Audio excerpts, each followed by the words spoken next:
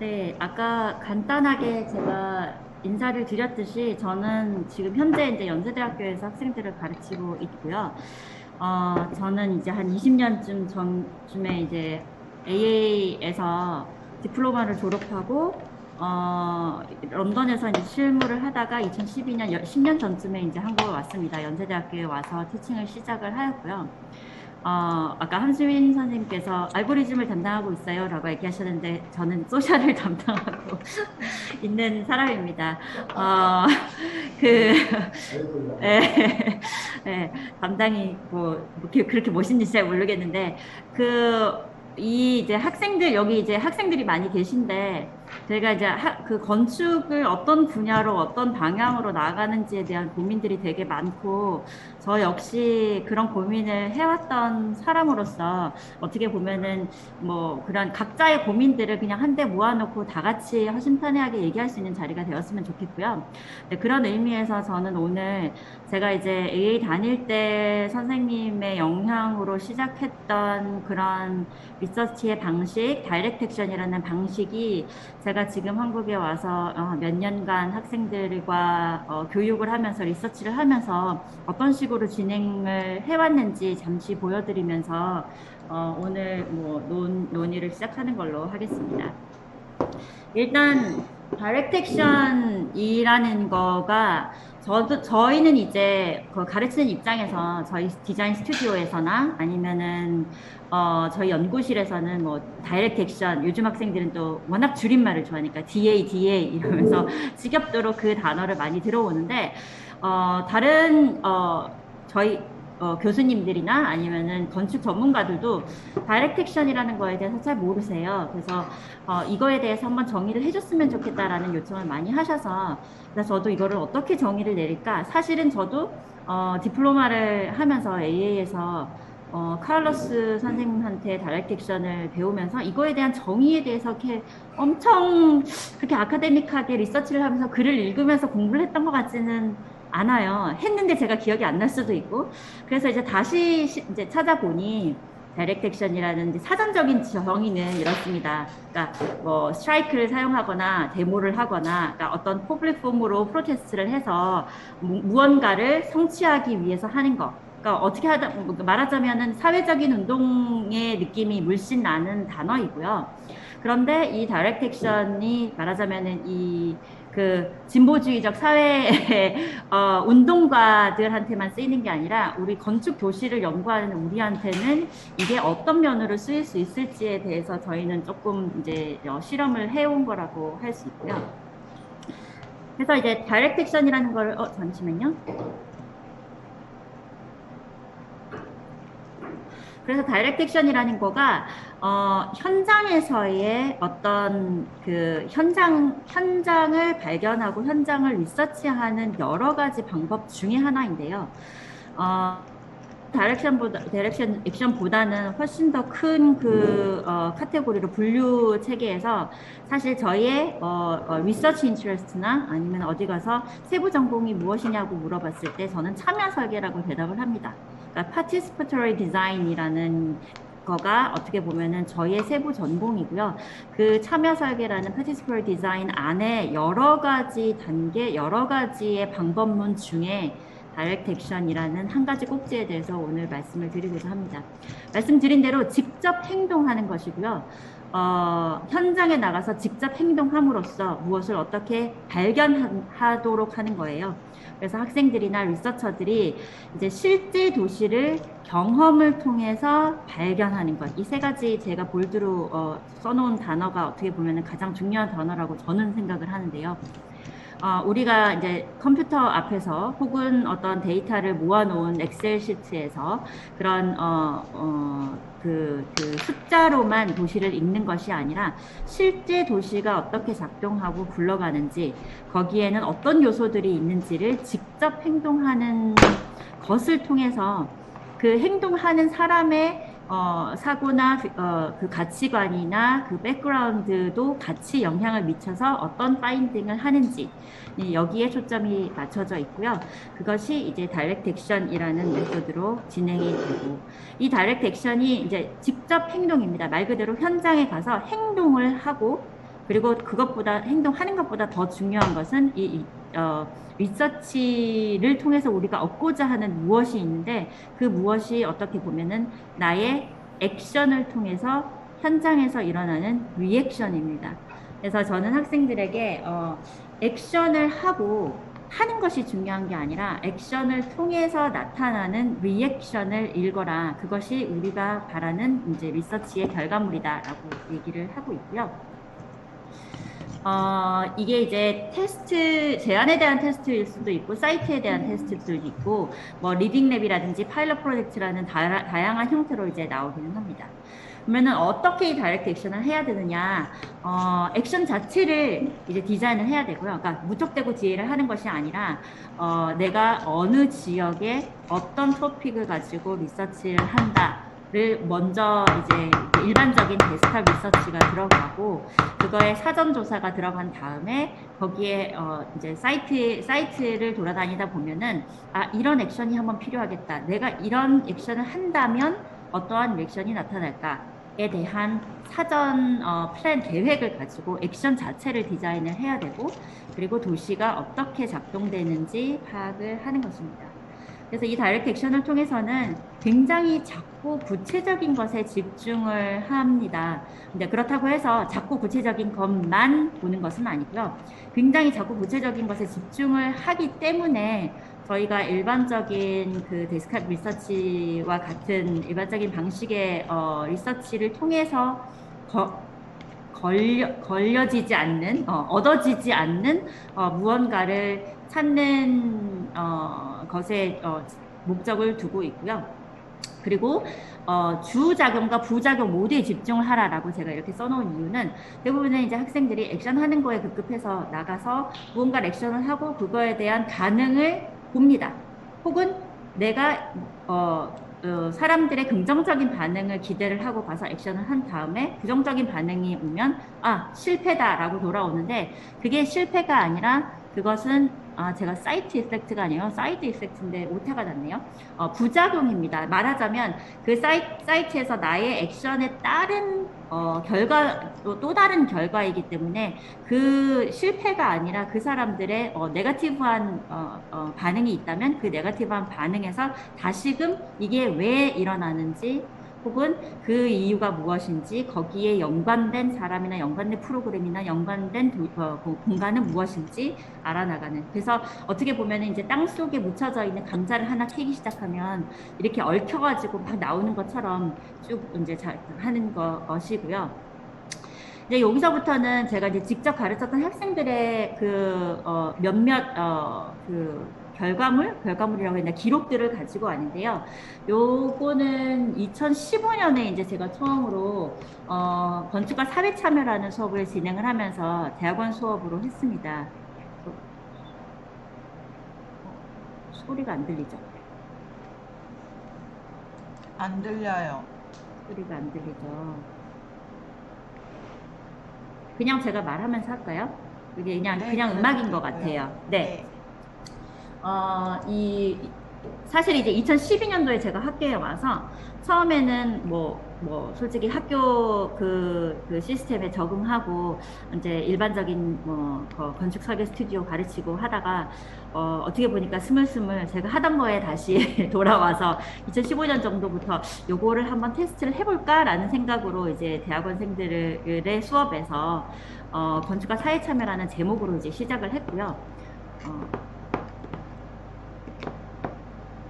이 작품은 이제 최명환 학생과 오혜진 학생이 이제 다이렉트 액션이라는 것을 어떤 두 제너레이션, 그러니까 한국에 있는 그 이제 세대 간의 갭의 문제를 처음에 이제 이슈로 들고 와서 두 제너레이션 간의 커뮤니케이션을 어떤 식으로 우리가 조금 돌파를 해줄 수 있을까에 대한 그 사전 조사를 하고 그리고 이제 커피라는 누구나 마시는 커피와 커피 슬리브를 재활용을 통해서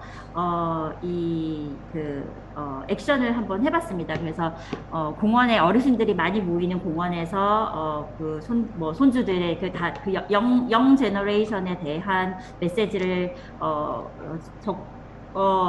적도록 하고, 그리고 또 그 반대로 젊은 사람들이 많이 모이는 마로니에 공원에서 그 친구들에게는 또 어르신들에 대한 메시지를 적도록 하고 서로 교환하고 뭐 이런 행위를 통해 봤고요.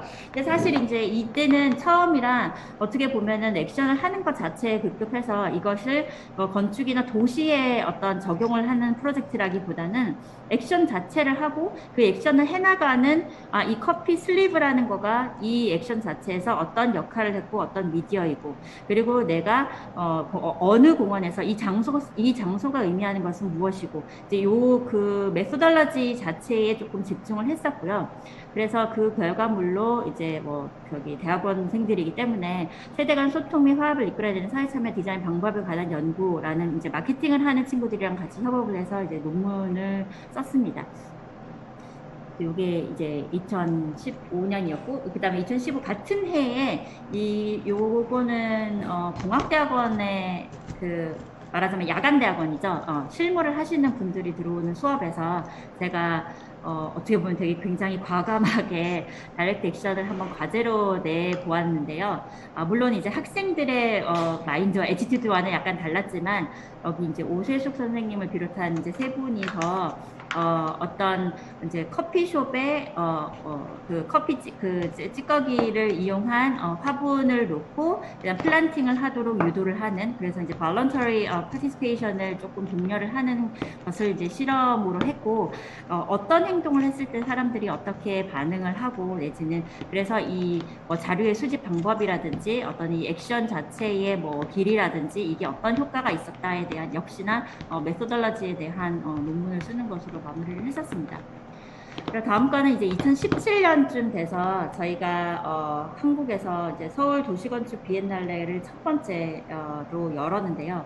그때 인터내셔널 스튜디오에 이제 조인을 해서 제가 이제 건축과 사회참여 수업을 진행하는 학생들과 서울로 7017, 그러니까 서울에 계시는 분들은 다 아실 텐데, 이제 옛날 고가도로를 레노베이션을 해서 플란팅이 있는 그런 산책로를 만들었죠. 그 산책로가 이제 7017, 70년도에서 시작해서 이제 2017년에 다시 오픈하는 것이라, 2017년에 저희가 리서치를 할 즈음에 오픈 직전 직후였어요. 그래서 이제 그 사이트에다가 수업을 듣는 친구들과 다이렉트 인게이지먼트라는 제가 과제를 내고, 그래서 그때 제가 이 스튜디오 브리프를 쓰면서 학생들이 했던 얘기가 여기 지금 보라색으로 볼드하게 써져 있는데, 소셜 서스테이너빌리티, 그러니까 건축의 사회적인 지속 가능성은 건축을 만드는 과정에서부터 온다. 그래서 소셜 인게이지먼트 2017년의 수업은 다이렉트 인게이지먼트를 통해서 사이트와 커뮤니티와 그리고 사용하는 사람들 혹은 방문객 등등등과 이제 다이얼로그를 열고 직접 인게이지를 해서 우리가 데스크탑 스터디에서 볼 수 없는 무언가를 인카운터 하는 것을 목적으로 했습니다. 그리고 마지막에 아까 얘기했다시피 accept the failure, 그러니까 실패가 아니라 네거티브한 리스폰스 자체를 하나의 결과물로 받아들여야 된다라는 얘기를 하면서 시작을 했었고요. 그냥 한두 개, 한 가지 예만 가지고 온 이 NG랑 요한이라는 친구가 했던 것은, 서울로 그 고가가 이제 땅과 마주하는 여러 가지 이 액세스, 그러니까 계단 내지는 뭐 엘리베이터 등등의 이제 버티컬 서큘레이션에 대한 조사였는데요. 그래서 이 서울로 7017이 오픈을 하기 전후에 이 일대의 사람들이 어느 포인트에서 어느 포인트로 이 7017을 이용하는지에 대한 조사를 시작을 했었고, 역시나 이제 가장 어떻게 보면 인게이지먼트의 가장 시작 단계인 학생들이 이제 쉽게 생각하는 인터뷰를 통해서 일반적인 그 주변의 이제 주민들이나 사용객들이 어떻게 이 공간을 인지하고 있는지, 어떤 이슈들이 있는지 사전 조사를 했었고, 그리고 이 친구들이 이제 오픈 전과 후에 액션을 했습니다. 근데 이 액션이라기보다는 어떻게 보면은 직접 사이트에 나가서 액션을 하는 거긴 하지만 굉장히 관찰에 가까운 것이었고요. 그래서 서울로의 액세스가 이 피지컬 하이어라키, 그러니까 사람들이 이용하는 빈도와 그리고 버티컬, 그러니까 수직 그 동선 이 물리적인 장치 자체의 하이어라키가 맞물리는가에 대한 조사를 했습니다.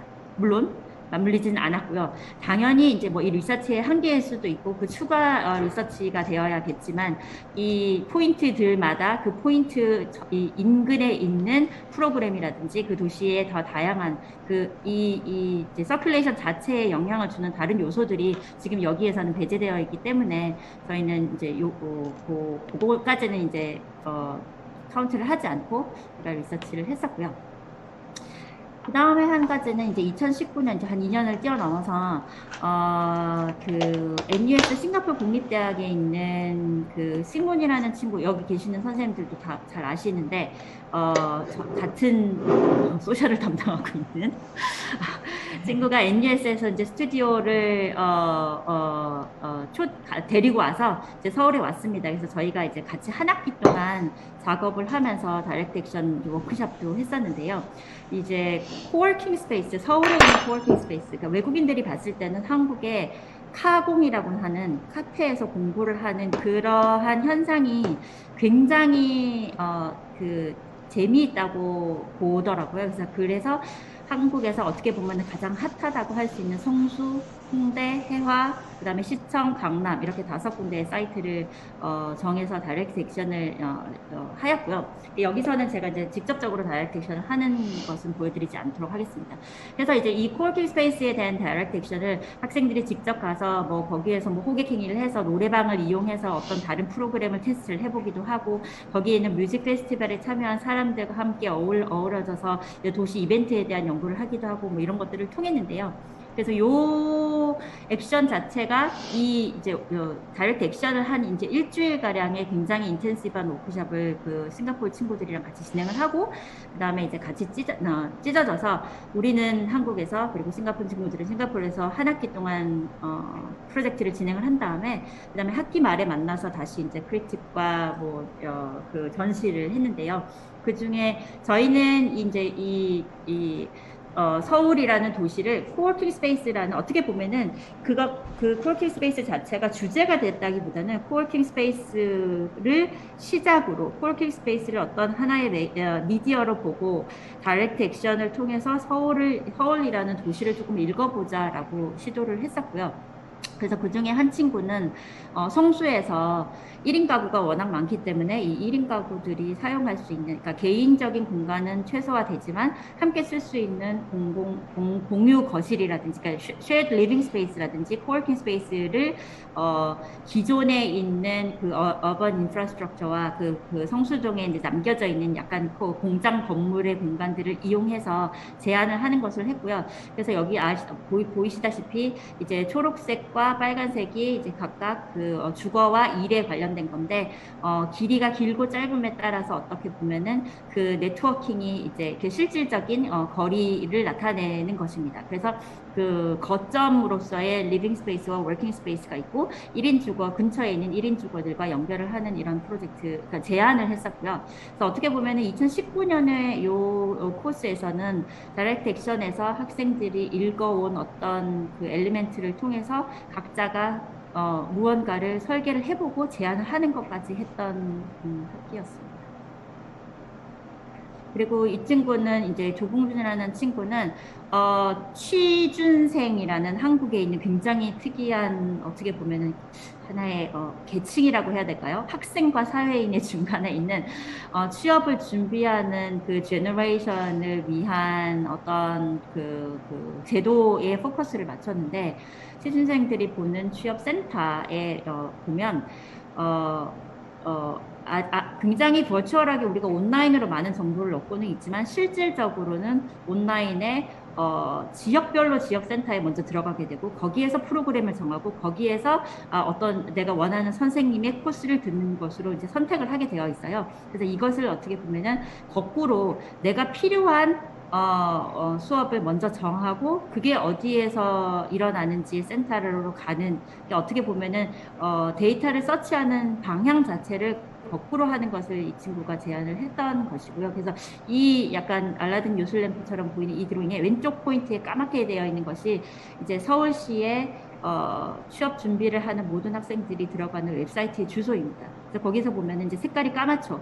모든 색깔들이 다 뭉쳐져서 까만색이라는 어떤 특색 없는 색깔이 나타나고요. 그 가운데 이제 길게 있는 부분이 각각의 그 취업 준비를 위한 그 프로그램, 그러니까 그 제공되는 어떤 에듀케이션의 색깔들인데요. 그러니까 이렇게 알록달록한 색깔들이 어떻게 보면 하나의 까만 점으로 지금 통일되어 있는 것인데, 그게 이제 서울을 너무 특색 없는 어떤 그런 메가시티로 만들고 있지 않나라는 이제 질문을 던지면서 조금 색깔 있는 도시가 되었으면 한다라는 생각으로 네, 거꾸로를 제안을 하고, 그래서 뭐 색깔 있는, 어떻게 보면은 이 지역의 어떤 특정, 잡이나 특정 프로그램이 조금 더 많이 돌아가도록 제안을 하면 어떨까? 그렇게 된다면 서울이 조금 더 컬러풀해지지 않을까? 그러니까 물리적으로가 아니라 어떤 프로그램적으로 조금 소셜적으로 좀 컬러풀해지지 않을까?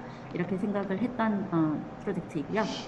그리고 이제 오늘 메인으로 보여드리고자 하는 게 이 2019년과 2020년에 지금 이 방에 계시는 이재원 교수님과 같이 이제 저희가 티칭을 하면서 어떻게 보면은 앞에서는 저희가 이 다이렉트 액션이라든지 요 리서치 방식을 학생들에게 좀 덜 과감하게 푸시를 했다면 2019년, 2020년부터는 이제 3학년 스튜디오, 3학년 2학기 디자인 스튜디오를 맡으면서 저희가 조금 더 이거를 체계적으로, 다이렉트 액션이라는 메소돌러지를 가지고 와서, 홍제동이라는 동네,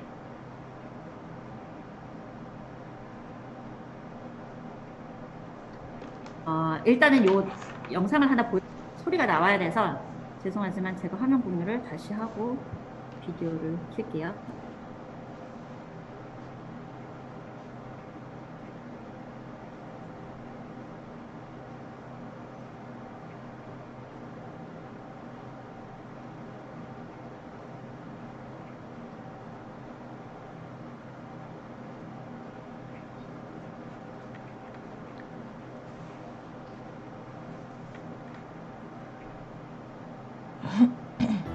안녕하세요. 건강기능식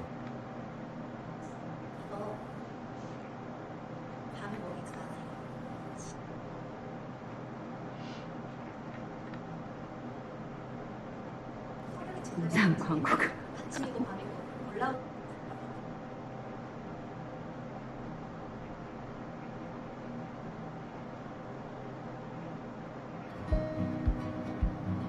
저희 프로젝트는 서대문구에서 진행 중인 도시재생의 여러 지역 중에 홍제동이라는 죄송합니다. 제 컴퓨터가.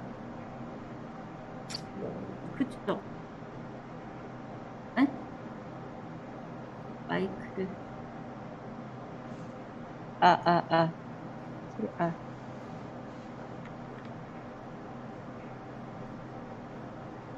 굉장히 역동성 강한 많은 요소들이 집합되어 있는 그런 재미있는 동네를 지정을 해서 학생들이 직접 홍제동의 일상을 경험하고 죄송합니다. 잘 들리는데요? 비디오 소리가 들려요? 예. 화면이 좀 끊기고 해상도가 안 좋습니다. 소리는 잘 근데 들려요. 저한테서 소리가, 네, 알겠습니다. 내 컴퓨터나 봐. 그에 대해서 그래, 보물 들리네. 같은 어떤 자원을 찾아오는 프로젝트였습니다. 특별히 저희가 홍제동에 있는 공공공간에 관심을 많이 가졌고요. 학생들이 현재 공공공간을 사람들이 어떻게 사용하고 있는지, 그 안에서 어떻게 삶을 살고 있는지를 파악을 해서 사람들이 삶을 추적하고 기록하고 그다음에 만나고 하면서 이 지역만이 가지고 있는 특징들을 이렇게 발견을 해서 그거를 가지고서 이제 설계를 할 수 있는 프로젝트를 진행을 했습니다. 저희가 사용한 다이렉트 액션이라는 리서치 기법은요, 학생들이 지금껏 사용해왔던 사이트를 조사하는 여러 가지 방법 중에 데이터를 컴퓨터로나 히스토리에서 찾는 것 이외에 실제로 현장에서 지역 주민들과 몸소 부딪히면서 경험하고 학생들이 직접 느끼면서 그 지역의 모든 정보와 그 지역의 숨은 공간 같은 일상,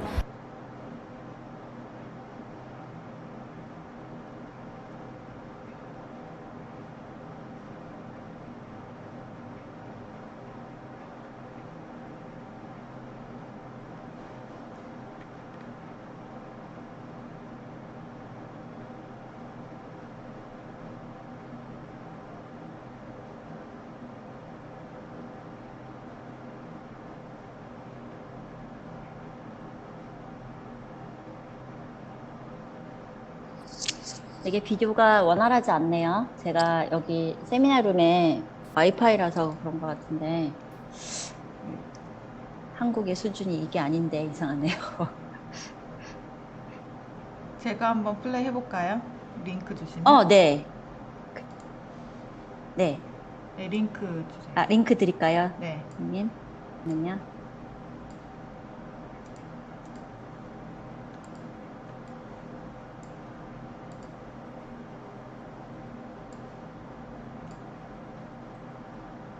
어디로 챗으로 주시나요? 셋으로 드릴까요? 네. 네, 줌 챗.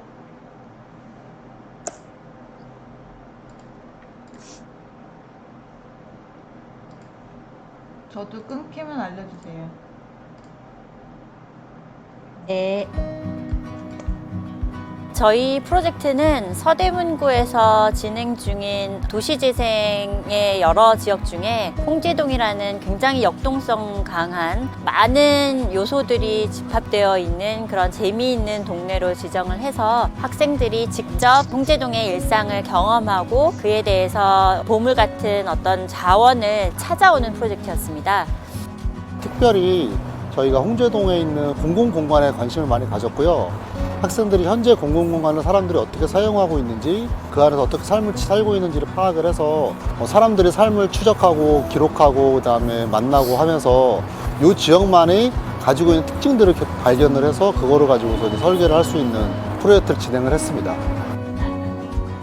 저희가 사용한 다이렉트 액션이라는 리서치 기법은요, 학생들이 지금껏 사용해왔던 사이트를 조사하는 여러 가지 방법 중에 데이터를 컴퓨터로나 히스토리에서 찾는 것 이외에 실제로 현장에서 지역 주민들과 몸소 부딪히면서 경험하고 학생들이 직접 느끼면서 그 지역의 모든 정보와 그 지역의 숨은 공간 그리고 숨어있는 어떤 보물 같은 일상, 사람들에 대한 정보를 찾아내는 방법입니다. 그래서 직접 행동한다라는 뜻으로 다이렉트 액션이라는 기법을 학생들에게 독려를 하였고요. 학생들이 제안하는 사이트에 대한 테스트일 수도 있고 학생들이 제안하는 프로그램에 대한 테스트일 수도 있는 어떤 파일럿 프로젝트라고 할 수 있습니다.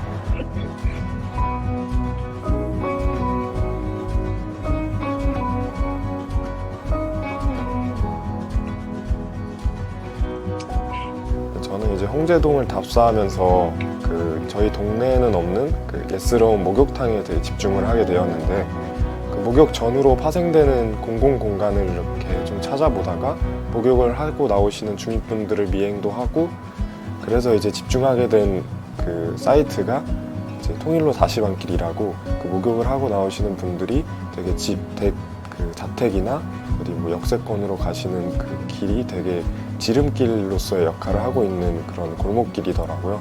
그래가지고 그 길에서 일어나는 공공공간에서의 행위들 혹은 이제 뭐 그 길의 물리적인 건축적인 조건들을 정리를 해봤고 그 골목에서 제가 어떤 직접적인 개입을 해서 액션을 취할 수 있을까 하다가 이제 야쿠르트 아줌마 조인을 하게 되었습니다. 같이 야쿠르트 그 카트를 몰고 같이 야쿠르트를 팔면서 제가 주목한 이 통일로 다시반길이라는 이 골목에 이렇게 주민분들과 대화도 나누고 어떤 목적을 가지고 인터뷰도 하고 그 골목을 이용하시면서 뭐 불편한 상황들, 뭐 바라는 점 이런 것들을 좀 들을 수 있었습니다. 저는 홍제동에 처음 가서 그 유진상가, 인왕시장, 그리고 인왕시장길 사이에 끼고 새로 들어온 롯데슈퍼라는 새로 3가지 상권에 대해서 주목을 했는데요. 처음에는 그 상권 자체가 너무 재밌어서 여기에 있는 곳곳의 공간들을 돌아다니는 것부터 시작을 했습니다. 그래서 시장 안에 있는 빈 공간에서 사람들이 어떻게 모이는지, 혹은 왜 빈 공간이 있는지, 혹은 빈 공간이 아닌데 사람들이 어디에 모이는지에 대해서 많이 돌아보게 되었고요. 유진상가와 인왕시장이 실제로 어떻게 운영되고 있는지에 대한 정보를 들었는데 되게 공상가도 많고 뭔가 계속 정체되어 있는 느낌? 그리고 상인분들도 뭔가 새로운 시도를 하는 거를 꺼려하시고 주저하신다.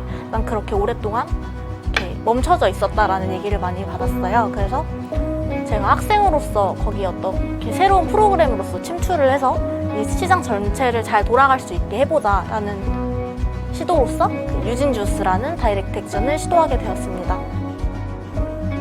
되게 좋아하셨어요. 약간 뭐 젊은 학생이 이런 걸 해 이런 것부터 시작해가지고 와 학교에서 별걸 다 시키네 막 이런 얘기도 많이 듣고 되게 약간 어르신분들과 이런저런 저도 하면서 말동무도 되어드리고 그런 프로그램이었던 것 같고요. 결과적으로는 어떤 하나의 열정적인 새로운 제안을 가진 학생 하나만으로도 이 시장에서 굉장히 많은 걸 끌어낼 수 있었다는 점이 되게 재밌었습니다.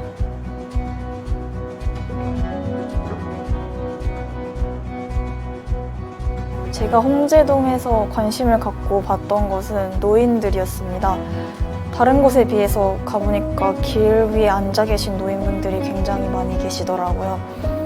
그래서 그분들이 또 앉아 있다 보니까 또 앞에 있는 사람이랑 얘기하고 앞에 있는 노점상들이랑 얘기하고 하면서 어떤 관계를 맺고 있는 것을 보았습니다. 그래서 그게 관심이 가서 홍제동 노인들은 어떠한 관계를 맺고 있나가 궁금해서 시작한 것이 제 다이렉트 액션입니다. 첫 번째 다이렉트 액션은 귤 릴레이라고 이름을 붙였는데 일단 한 사람한테 귤 2개를 주고 그 귤 2개 중에 그걸 받은 사람이 하나를 다른 사람한테 주면 또 그 사람한테 귤 1개를 더 줘서 이렇게 릴레이로 귤이 연결될 수 있는 방식의 실험이었습니다. 이걸 통해 알고 싶었던 것은 사람들이 어떻게 다른 사람이랑 관계를 맺고 있고 귤을 주고받으면서 어떠한 관계망이 생성되나를 보고 싶었습니다.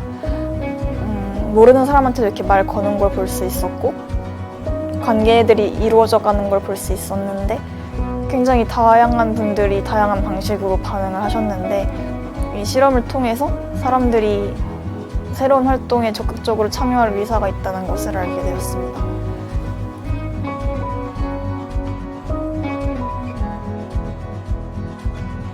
홍제동 전체 전반적으로 아무래도 연령대 높으신 분들이 많다 보니 어린이들을 찾기가 굉장히 어려웠어요. 그래서 어린이들끼리 놀고 있는 장면도 굉장히 보기 힘들었고 그 와중에 제가 찍었던 아들이랑 아버지가 둘이 유진상가 2층에서 보드게임을 야외에서 하고 계셨는데 그 장면이 너무 보기 좋아서 그 부분에 집중을 하게 되었습니다. 홍제동에서 그나마 아이들끼리 놀 수 있는 그런 공간, 제가 찾았던 공간은 홍제성당이라는 곳이었는데요. 그 성당은 다른 성당이랑 조금 달랐던 게 성당 내에서 방과후 프로그램을 진행했어요. 이제 홍제성당 내에서 아이들을 인터뷰를 해보자 라고 시작을 하게 되었고요.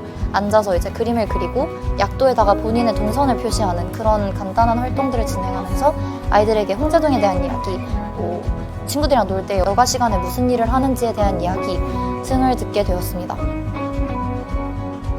그 과정에서 들었던 생각은 홍제동 내에 어린이들을 위한 야외시설이 굉장히 부족하다는 것이었습니다. 저희는 사실 유진맨션 2층이라는 그 야외 공간이 그 야외 프로그램들을 진행하기 굉장히 적합한 곳이라고 생각을 했어요. 그래서 홍제동 전반적으로 아이들을 위한 새로운 느낌의 방과후 교실을 만들고자 했어요. 조금 놀이를 접목한, 하지만 놀이와 공부를 같이 병행할 수 있는 그런 공간들을 만들고 싶었고, 다이렉트 액션이 끝나고 나서 들었던 생각은 다른 지역들보다는 확실히 교육에 대해서 발전이 되어 있는 상태는 아니잖아요. 근데도 열정이 굉장히 많아서 그런 열정을 좀 해소할 수 있는 그런 방안들이 있었으면 좋겠다고 생각을 했고요.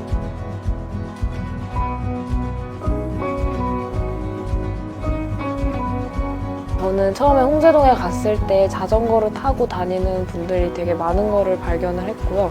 그러면서 이제 홍제 자전거 주차장과 그리고 서대문구에서 가장 많은 월별 대여량을 자랑하는 따릉이 정류소에 함께 붙어 있다는 것을 발견을 하게 되었습니다. 그래서 그곳에 자전거를 이렇게 놔두러 오시는 분들이나 자전거 대여하러 오시는 분들하고 많은 인터뷰를 해본 결과 여기서 자전거를 많이 타는 이유가 이제 홍제천 자전거길이 굉장히 좋기 때문이라고 많이 말씀을 해주셔서 이제 홍제천 자전거길을 이제 내려가 보았는데 그 홍제천 자전거길 같은 경우에는 현재 지하로 흐르고 있고 그 위에는 이제 시멘트로 막혀져 있고 그리고 그 위에 이제 고가도로나 여러 홍제동이 이렇게 있는 상황이었습니다. 이 홍제천이 한강과 연결이 되어 있기 때문에 그런 따릉이의 특성을 잘 이용한다면 그냥 놀러 오시는 분들도 많이 오실 수 있을 텐데 지금 지하에 이렇게 묻혀 있기 때문에 조금 이렇게 밖으로 드러낼 수 있는 그런 방법은 없을까 이렇게 생각을 하면서 이제 저의 다이렉트 액션으로는 이제 홍제천 제가 이제 직접 자전거 동호회에 가입을 해서 이 홍제천 자전거길에 그 자전거 동호회 특히 이제 따릉이 동호회인데요. 이 따릉이 동호회 분들을 모시고 와서 어떻게 느끼시는지 알아보는 그런 액션이었습니다. 그래서 제가 이제 한 질문은 홍제천 자전거길을 통해서 외부인들이 이 홍제동의 매력을 충분히 느낄 수 있을까 하는 그런 질문에서 이제 시작을 했고요. 그리고 제가 이제 이 액션을 하고 느낀 점은 되게 저는 사실 홍제동에 되게 재미가 없고 나라면 찾아가지 않겠다고 처음에 이렇게 교수님한테 말씀드릴 정도로 매력을 굉장히 못 느꼈던 장소인데, 오히려 이제 이렇게 홍제천이라는 재미난 길이 있고 뭔가 이런 좀 홍제동을 처음에 첫인상으로 삼을 만한 그런 재미난 건물이 있다면 저 같아도 약간 놀러 오고 싶을 수 있겠다는 생각이 결론적으로 이제 저도 이제 설득되는 그런 과정이었던 것 같습니다.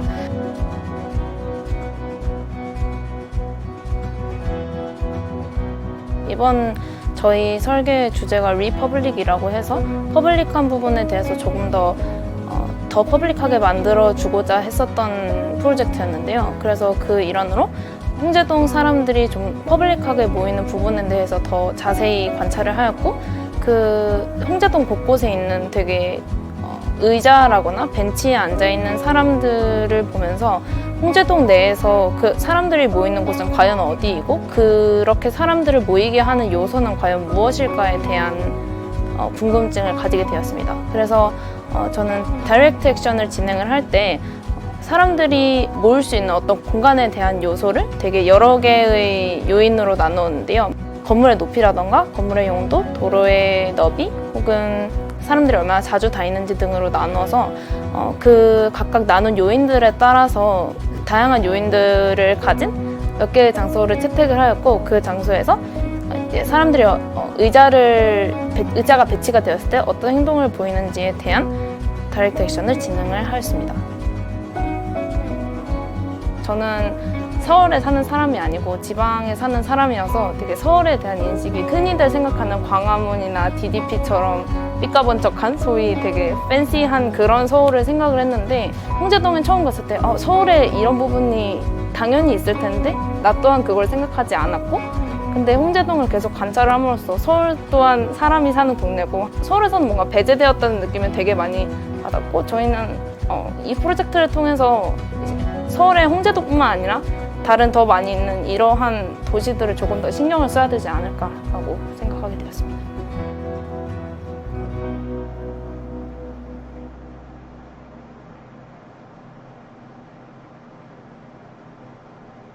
감사합니다, 함수 선생님. 제가 다시 화면 공유할게요.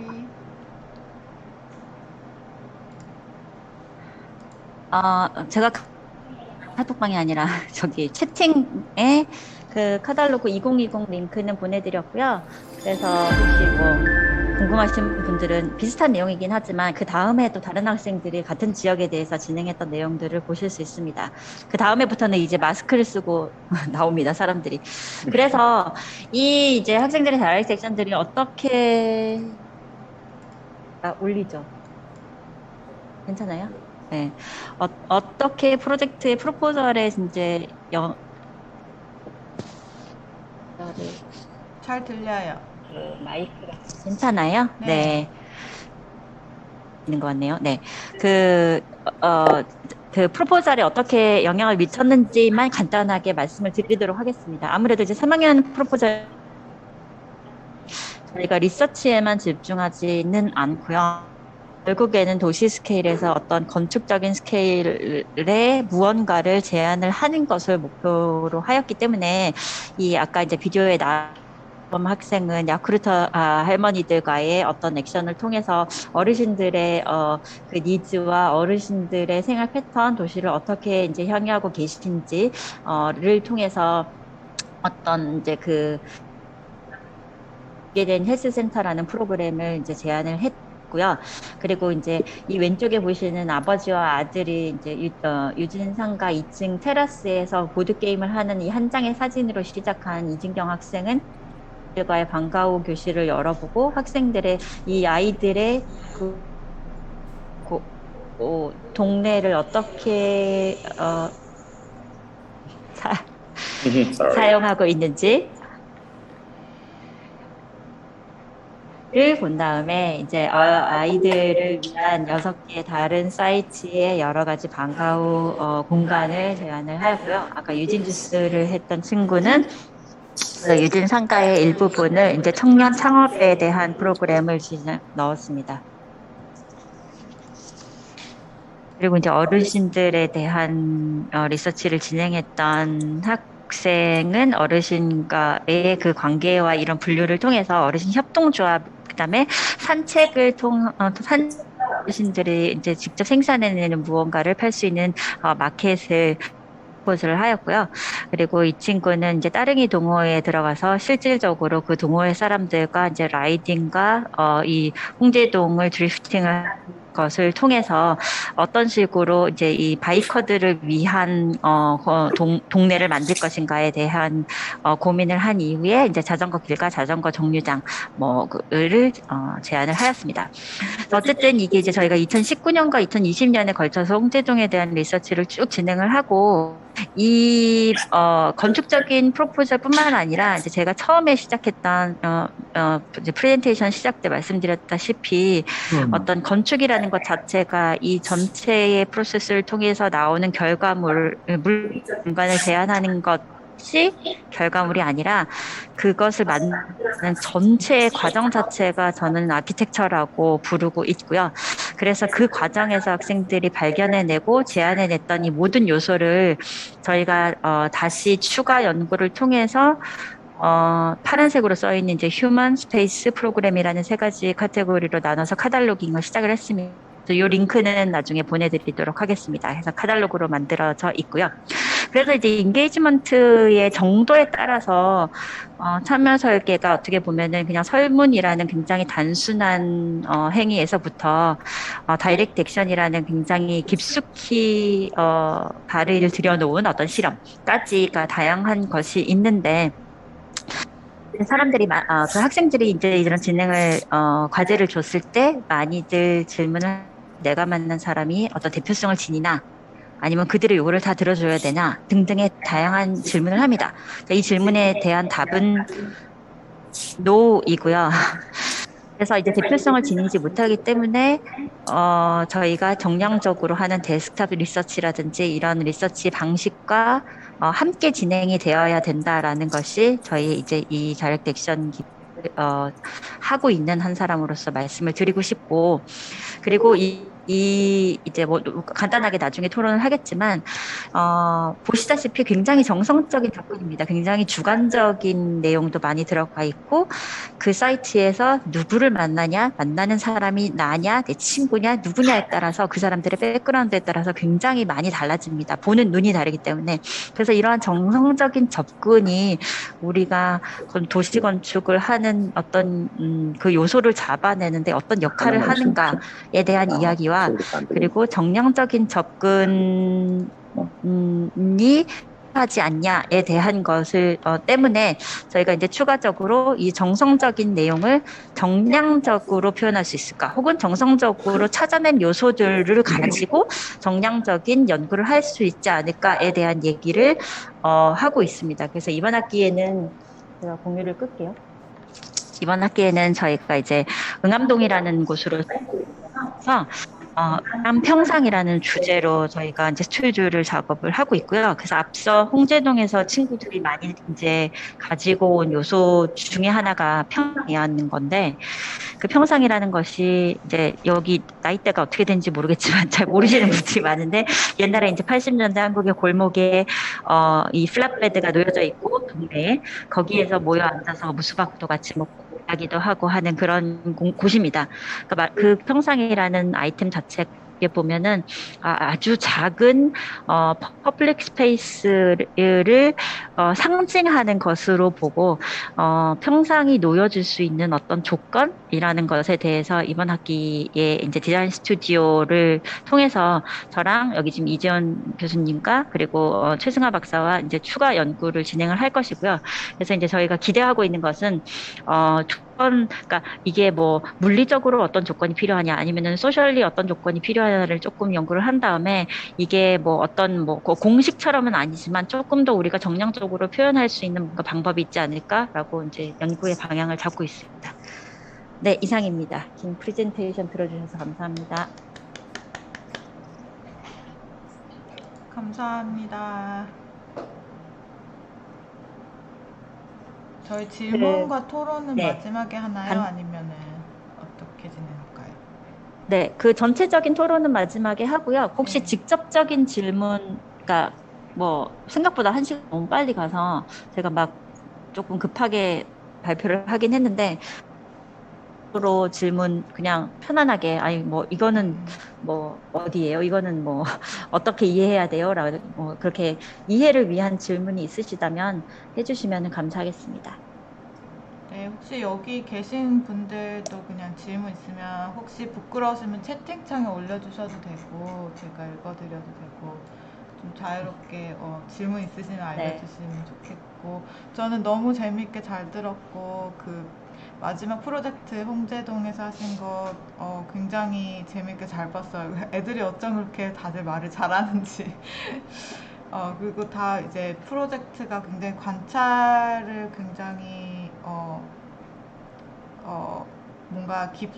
뭔가 깊이 관찰도 하면서 뭔가를 끌어내는 것도 있고 거기다가 액션까지 하고 제안까지 하는 게 굉장히 인상 깊었고 저희가 항상 이제 그 워크숍에서 항상 조금씩 맛만 봤던 건데 그거를 좀 풀로 볼 수 있는 볼 수 있는 경험인 것 같아가지고 너무 재밌게 잘 봤어요.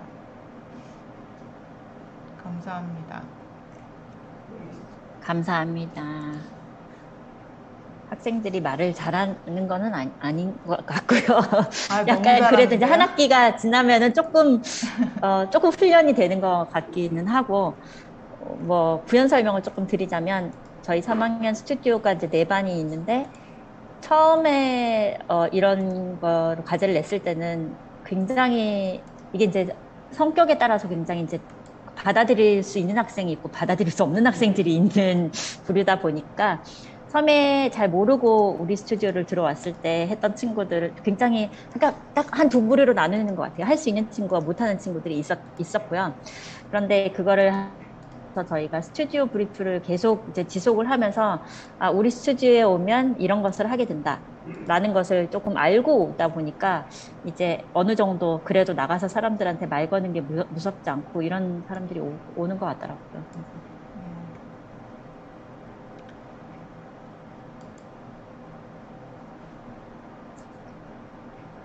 혹시 없으시면은 일단은 넘어가고 네, 일단은 뭐 더 궁금한 거 있으시면은 채팅방에 남겨주시면 되고요. 네. 그러면 바로 이어서 박진석 교수님과 이재원 교수님 발표 듣도록 할까요? 네.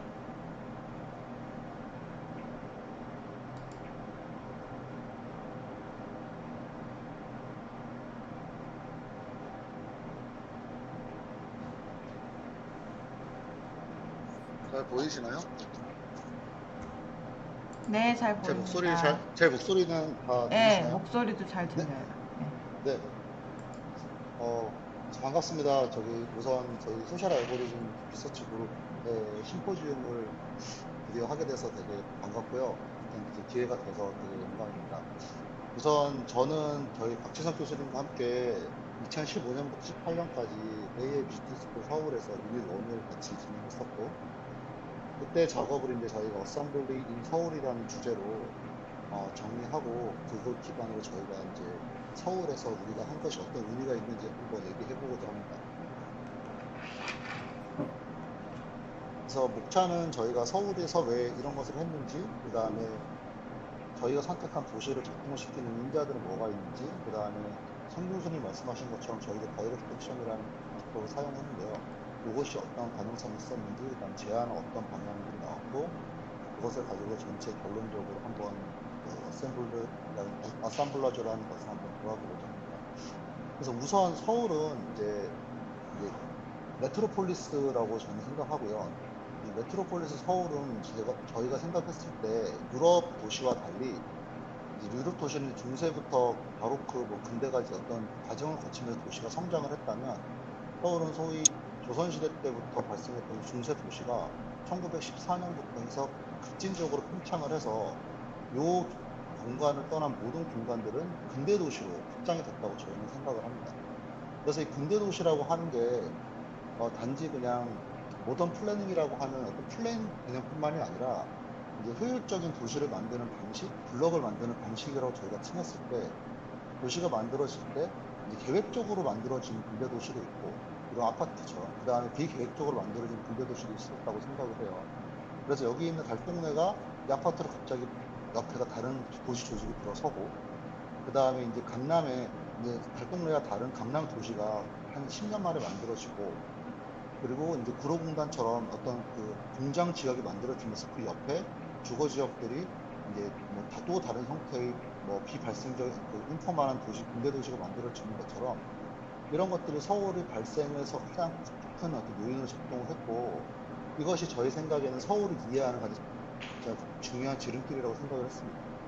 그래서 이런 것들이 어떤 개념으로 이해할 수 있을까 하는 생각에 저희는 어셈블러즈라고 하는 개념을 가지고서 워크숍을 진행을 하면서 뒤에 이제 두 번째, 세 번째, 네 번째 과정에 더 집중적으로 고민을 하게 됐습니다. 그래서 어셈블러즈라고 하는 개념은 우리 교수님 같은 경우는 여기서 설명을 좀 해주시겠습니다.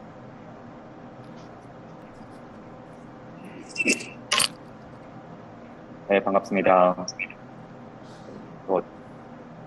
비대면으로 하려니까 이게 쉽지가 않네요.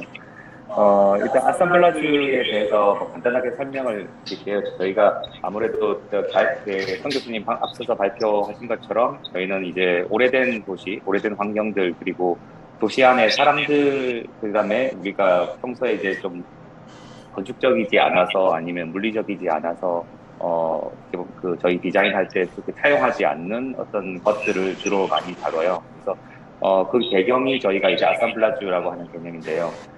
기본적으로 우리가 이제 항상 새롭고 이제 세련된 건축과 이제 공간 그리고 뭐 아시겠지만 이제 뭐 효율성 그다음에 도시 미관 이런 것들이 사실 우리가 주로 관심사기도 하고 그런 이유로 이제 도시 안에서는 이제 철거하고 새롭게 만드는 일들이 많이 생겨나는데요. 자본주의 사회에서는 이제 스펙타클, 소위 우리가 말하는 이제 뭔가 새로운 것들, 그 다음에 뭔가 신박한 것들, 이런 것들을 통상적으로 얘기하는 이제 우리의 용어고, 이런 것들 속에서 이제 어떤, 대단한 이벤트나 대단한 건축이 만들어져서 그 안에 사는 사람들에게 제한된 범위와 제한된 어떤 서비스를 하게끔 만드는 그런 부분에 대해서 저희가 어떤 고민을 한 데서 출발을 했다고 보시면 될 것 같고요. 그래서 저희 유닛 1에서 했던 이제 아셈블라주라는 개념은 이제 실은 이제 아셈블라주란 말 자체가 이제 불어인데 이 사전적인 의미 자체가 이제 모으기 또는 집합이라는 이런 의미를 가지고 있거든요. 근데 이게 단순하게 모으는 것이 그치는 게 아니라 이제 모이는 방식 또는 과정을 통해서 새로운 것들을 태어나는 것을 말하는데 쉽게 얘기하면은 보르도 와인들 중에서 한 3-4가지 품종을 섞어서 새롭게 새로운 맛의 어떤 와인을 만드는 과정들이 있죠. 이제 그런 방식처럼 우리가 통상적으로 알고 있는 어떤 일반적인 요소들을 결합을 해서 새로운 것을 만드는 과정이라고 보시면 되겠습니다. 지금 보시는 것이 하나는 다리고 사장교 다리고 하나는 이제 그 야구장이에요. NC 다이노스 창원에 있는 이 셋 다 창원에 있는 사진들인데. 하나는 이제 벚꽃 핀 진해 이렇게 됩니다. 여기서 제가 말씀드리고 싶은 거는 사실은 이제 아셈블라주의 개념 자체가 저희가 이제 공간과 공간 그리고 공간과 사람 그리고 그다음 공간과 규칙 같은 어떤 시스템들이 이제 연결되거나 또는 충돌하면서 도시 안에 있는 우리가 못 보던 것을 찾아내고 그리고 그 못 보던 것을 발견해내서 새롭게 다른 장소에 재배치시키면서 새로운 건축과 도시 공간이 만드는 과정을 저희 유닛 1에서 주로 만들어졌다고 보시면 되는데 그걸 설명하기 위해서 요 세 사진을 뒀어요. 이 왼쪽에 있는 사장교는 이제 그 바다 위를 지나는 다리인데요. 이게 기본적으로는 이제 마산과 진해 지역을 연결하기 위한 교통 효율을 위해서 만든 단순한 도시 다리입니다. 근데 이게 실제적으로 연결을 하고 나서 이제 마산 지역과 이제 진해 지역에 예상치 못했던 어떤 도시 공간과 굴들이 생겨나기 시작해요. 진해에 지금 얼마 전에 뉴스도 나오긴 했지만 새로운 항만이 생겨나서 이제 동북아의 거점 센터가 된다든지 그 다음에 이제 창원 지역에는 이제 스포츠랑 이제 뭐 문화의 거점 건축들이 이제 생겨나면서 이때까지 지난 한 150년 정도 도시 골격을 유지했던 어떤 상태에서 굉장히 많은 변형을 가져오기도 합니다. 그래서 우리 유닛의 작업 범위 자체가 도시의 영역들 안에서의 사회적 변수 그리고 경제적 변수 어떻게 보면은 앞에 성 교수님께서 설명하셨던 그런 여러 가지 것들을 저희가 이제 비물리적인 변수라고 얘기를 하거든요. 이런 변수들이 이제 건축 또는 도시 공간과 결합해서 이제 저희가 인위적으로 연결을 해서 새로운 것을 탄생시키는 과정이 어떻게 보면 통상적으로 우리가 건축 설계를 할 때 이제 그 물리적 변수들을 그다음에 뭐 빛 환경을 또 일반적으로 우리가 찾을 수 있는 어떤 변수들을 활용해서 하는 방법과 사실은 방법론에서는 크게 차이가 나지 않지만 저희가 통상적으로 다루지 않은 영역들, 특히 비물리적인 변수를 적극적으로 다뤄서 사람과 그다음에 시스템이 저희 이제 이 실험에 등장하는 것이 아마 가장 큰 특징이라고 볼 수 있을 것 같습니다. 그래서 저희가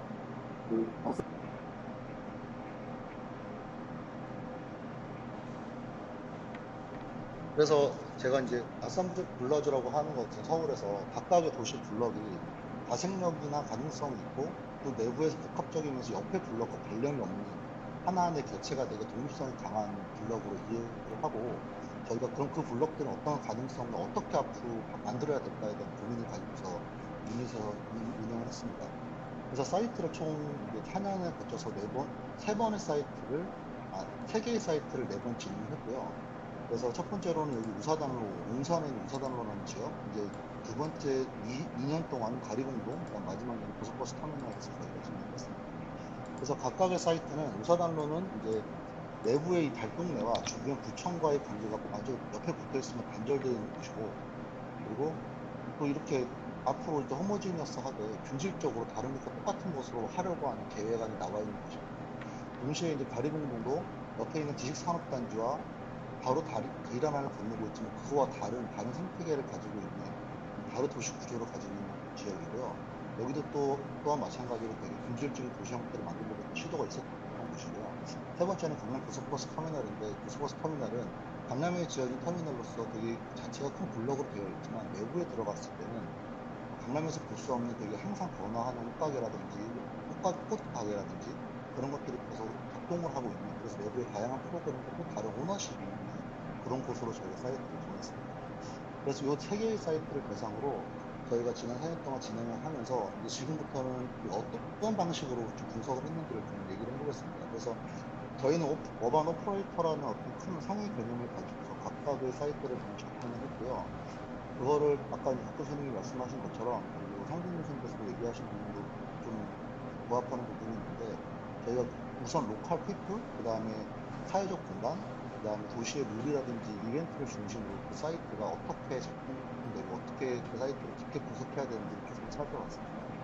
그래서 도출된 총 내용들은 저희가 이제 쭉 정리를 해보니 이런 목록들이 나왔어요. 그래서 이제 쭉 읽어보면 한 100개, 한 100개 정도의 어떤 요소들을 저희가 찾을 수 있었고, 이제 대표적인 것들을 좀 설명을 드리면, 우사단로에서는 그 지역 주민들이 만나는 공간, 그다음에 그 지역에 이제 외국인들이 많아서 그들의 커뮤니티, 그들과 주로 소통하는 한국분들, 그다음에 재개발을 반대하는 어떤 빨간 깃발의 어떤 시스템들도 있었고, 그다음에 종종 일어나는 이벤트도 있었고, 그다음에 그 지역에서 뭔가 자리를 잡으면서 일을 하고자 하는 이런 로컬 샵들도 있었고요.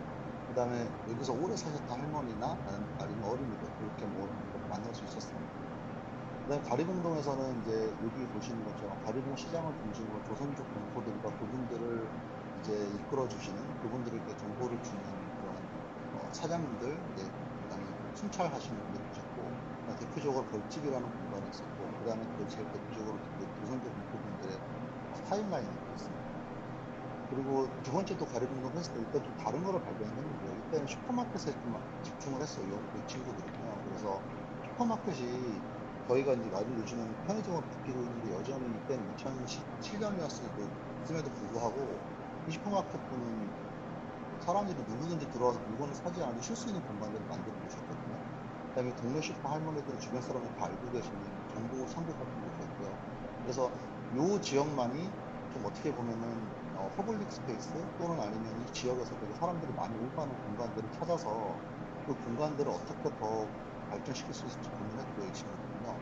그 다음에 여기에서는 이제 조선족과 한국 사람들 간의 갈등이 과연 존재하는가, 아니면 한국 분들이 꺼려하는 게 있습니다. 그것이 과연 실체가 무엇인가를 밝히기 위해서 그 사람들한테 접근을 해서 서로 간의 인식을 물어보는 것들을 시작을 했던 겁니다. 마지막으로는 이제 저희 고속버스 터미널에서는 되게 저희가 스페시픽하게 이제 방향을 주었어요. 왜냐면 이때는 저희가 워크숍이 좀 더 짧게 진행했었거든요. 근데 뭔가 같이 뭔가 진행했었어가지고 고속버스 터미널에서는 저희가 이 고속버스 터미널을 움직이는 룰과 또는 이제 인터랙티브 스페이스는 무엇인가 그 중심을 찾으려고 했었고, 대표적으로 발견한 것이 여기가 트랜스포테이션 서비스이기도 하지만 물건을 트레이딩하는 곳이기도 하고 물건이 딜리버리하는 서비스가 있는 곳이고 이곳이, 그 다음에 이제 여기 있는 것처럼 옷가게 사장님, 그 다음에 대표적으로 야구르트를 하시는 아주머니가 계시고, 그 다음에 수산가게 사장님이라든지 이런 분들이 이 세 개의 서비스와 같이 기생 또는 공생하면서 작동한다는 것을 발견했고, 동시에 이 고속버스 터미널이 시간에 따라서 이렇게 신세계 백화점과 관계를 맺으면서 비어있는 공실들도 많다는 것도 동시에 발견했습니다. 그래서 요런 어떤 저희들이 찾은 변수들, 저희가 이제 이런 거 밸리어블이라고 하기도 하고 변수라고 얘기를 하는데, 이런 것들이 여기에 주어지는 이런 스트럭처, 구조를 만들어내는 것들을 이해를 했어요. 그래서 빨간 깃발 같은 것들을 통해서 어떻게 컴플렉트한 스트럭처가 생기는지, 사람들이 네트워크를 어떻게 구성을 하는지, 그 다음에 거리공동이나 중립등포들이 어떻게 생기게 유지하는지, 그 다음에 사람들이 친밀도가 어떻게 만들어지는지, 그 다음에 시간대별로 밀도가 어떻게 되는지, 이런 것들을 쭉 고민을 해서 이런 것들을 기반으로 저희가 이제 드로잉을 하고 학생들이 그것을 기반으로 이 지역이 좀 더 본질적으로 작동하는 특징은 무엇인가를 고민을 하는 내용입니다. 그래서 이런 것들을 기반으로 저희가 이제 다이렉트 액션이라고 하는 방법을 사용을 해서 이제 현교수님들 설명 잘 해주시는데, 저희는 학생들한테 항상 이렇게 얘기를 하는데요. 다이렉트 액션의 목적은 어떤 건축의 생산의 모델 중 하나인데, 이제 건축가 자신이 이제 액티브한 어떤 에이전트가 돼가지고 그 사이트에서 어떤 본질을 밝혀내는 과정이다, 이렇게 얘기를 하고 있고요. 항상 사이트를 이용을 하라고 얘기를 하고 있습니다. 사이트를 이용하는 것이 우리가 사이트를 구경하는 것에 제한하는 관계를 보자, 이런 식으로 했고, 이런 과정을 거쳐서 만들어진 영상을 두 개를 저희가 보면서 그 과정을 준비해 보도록 하겠습니다.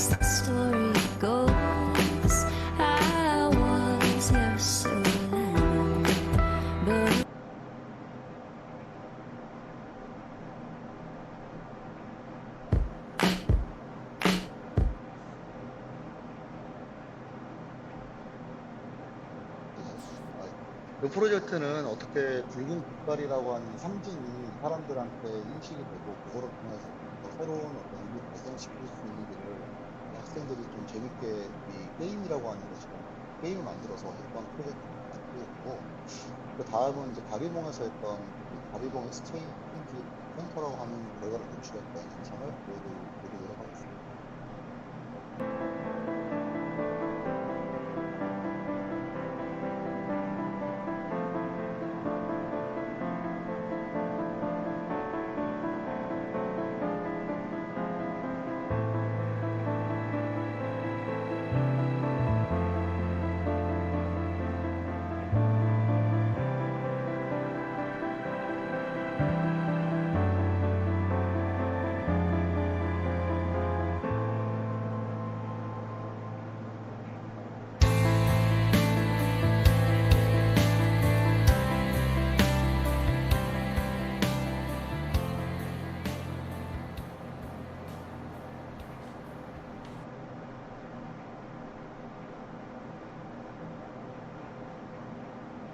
사장님 여기 장사한 지 엄청 오래됐어요?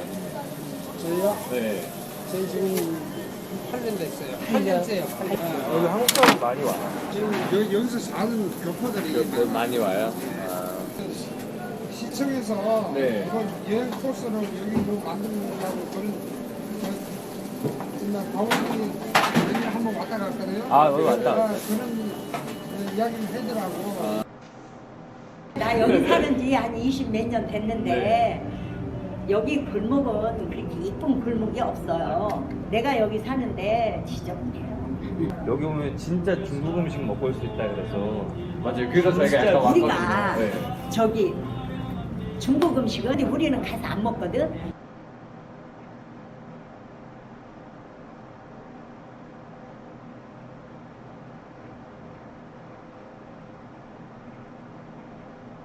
우리 쪽에 그렇게 큰 교류는 없나? 그렇지. 기간 넣으면은. 그렇지. 그냥 자기들 그냥 저기서 일일 볼일 네. 보고 식사도 그냥 저기서 네. 하고 네, 전철도 거기서 타고. 거기서 타고 그냥 딱 가는구나. 네. 이렇게 길 하나 차이긴 네. 해도. 얼마 정도 지내셨어요? 한 40년. 아, 주로 여기 식당이나 누구 많이 와요? 그래서 그 뭐지? 그분들은 일용직 하신 분들이 많이 와요. 그럼 교포분들하고. 교포분들이. 여기 이렇게 막 외부 사람들이 들어오는 거에 대해서 뭐 이렇게 별로 반감 같은 건 없는 거예요. 이 지역은 그래도 그 사람들이 들어와서 경제 같은 거, 집 같은 거, 월세 같은 거 그런 거 안 경제한 사람들 거의 그 사람들이 와서 다 경제한 데가 보충해 주잖아. 우리 한국 사람들만 옛날 교포들이 이렇게 들어오기 전에는 네. 집들이 거의 다 많이 비어 있었어. 아, 이웃 주민들 다 친하게 지내요? 네. 뭐 친하게 지내지는 않는데 아. 그래도 원주민들은 이렇게 보고 이렇게 상대를 해보면 그래도 뭔가 좀 순수한 면이 있다든가. 아. 살았던 적도 있지만, 예, 10년 넘게 있으면서 산 적도 있지만. 그래도 교류가 오늘 없나 보네요. 교포분들이랑. 우리 같이 놀지는 않죠. 여기 뭐 개발되거나 그럴 일은 없을까요? 아, 됐어. 개발이 되려고 했어요. 네. 그랬는데 개발이 안 되는 걸로 확정이 됐어. 개발은 안 되지만 낙후된 곳이기 때문에 여기를 어떻게 좀 활성화를 시켜주려고 서울시에서 많은 노력을 하고 있죠. 그렇게 내가 생각할 때는 아주 반복하고 그런 건 없는데. I'm a chief of Garibon Merchant Guild. Why did Korean Chinese people have to leave Korea? Isn't it because of our tragic history? We should understand each other.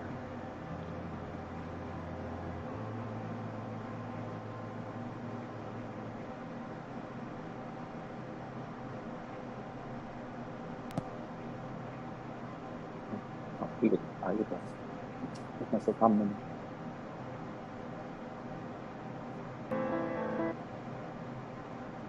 네, 바톤을 제가 잠시 이어받아서. 네.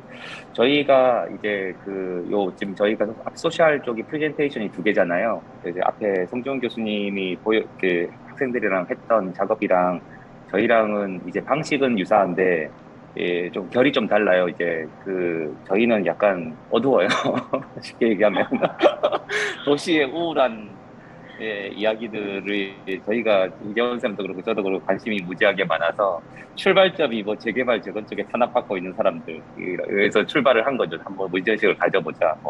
재개발 재건축이 이쪽 가리봉동 같은 경우는 막 영화도 나오고 했잖아요. 근데 이제 보시는 것처럼 이제 한국 사람과 이제 여기 정착한 이제 이민자들의 이제 갈등 문제가 이제 도시 재개발 문제랑 겹쳐가지고 이제 어떤 나오는 것들이라서 저희가 사실은 좀 욕심을 좀 부렸던 것 같아요. 이제 한 2주, 한 열흘도 채 안 되는 시간. 사실은 실제 작업하는 시간 한 7일 정도가 되는데, 학생들이 이제 이 지역에 소위 거의 저희가 잠입을 시키거든요. 위장을 해서 또 위험한 짓을 좀 많이 했죠. 그래서, 그런 과정을 통해서 숨겨져 있는, 그리고 그들의 입으로 공식적으로 웹사이트나 아니면은, 이제 어떤 공식 입장으로 말하지 않지만 실제적으로 그 방향으로 예를 들어서 재개발 재건축이라든지 아니면은 아까 우사단로에서 이제 모스크와 이제 교회 그리고 커뮤니티와의 어떤 관계 갈등 때문에 만들어지는 어떤 공공 공간들 그다음에 가로 공간들 이런 것을 학생들이 조금 이해를 하고 이제 그 시스템을 끄집어내면서 어떤 공간을 만들 수 있을까에 조금 얘기를 많이 했던 것 같아요. 이제 그러다 보니까 저희 이 내용은 사실은 학생들이 좀 그걸 이해를 할 때쯤 워크숍이 끝나는 그런 어떤 상황들이 많아서 항상 아쉬움으로 좀 많이 끝났던 것 같아요. 그래서 지금 요 가리봉동 방금 보셨던 것 같은 경우는 이제 길 하나를 두고 이제 한쪽은 이제 지벨리라고 하는 이제 IT 선도 지역이 되어 있고 그다음에 이제 그 건너편은 이제 중국인들이 이제 거의 자리를 잡고 있으면서 도시를 양분화하고 있는데 여기서 보시는 것처럼 저희가 학생들이 이제 다이렉트 액션을 통해서 저희는 저희 다이렉트 액션의 목적이 거기 가서 뭔가를 제안하고 이제 어떤 걸 유도하기 위함은 아니에요.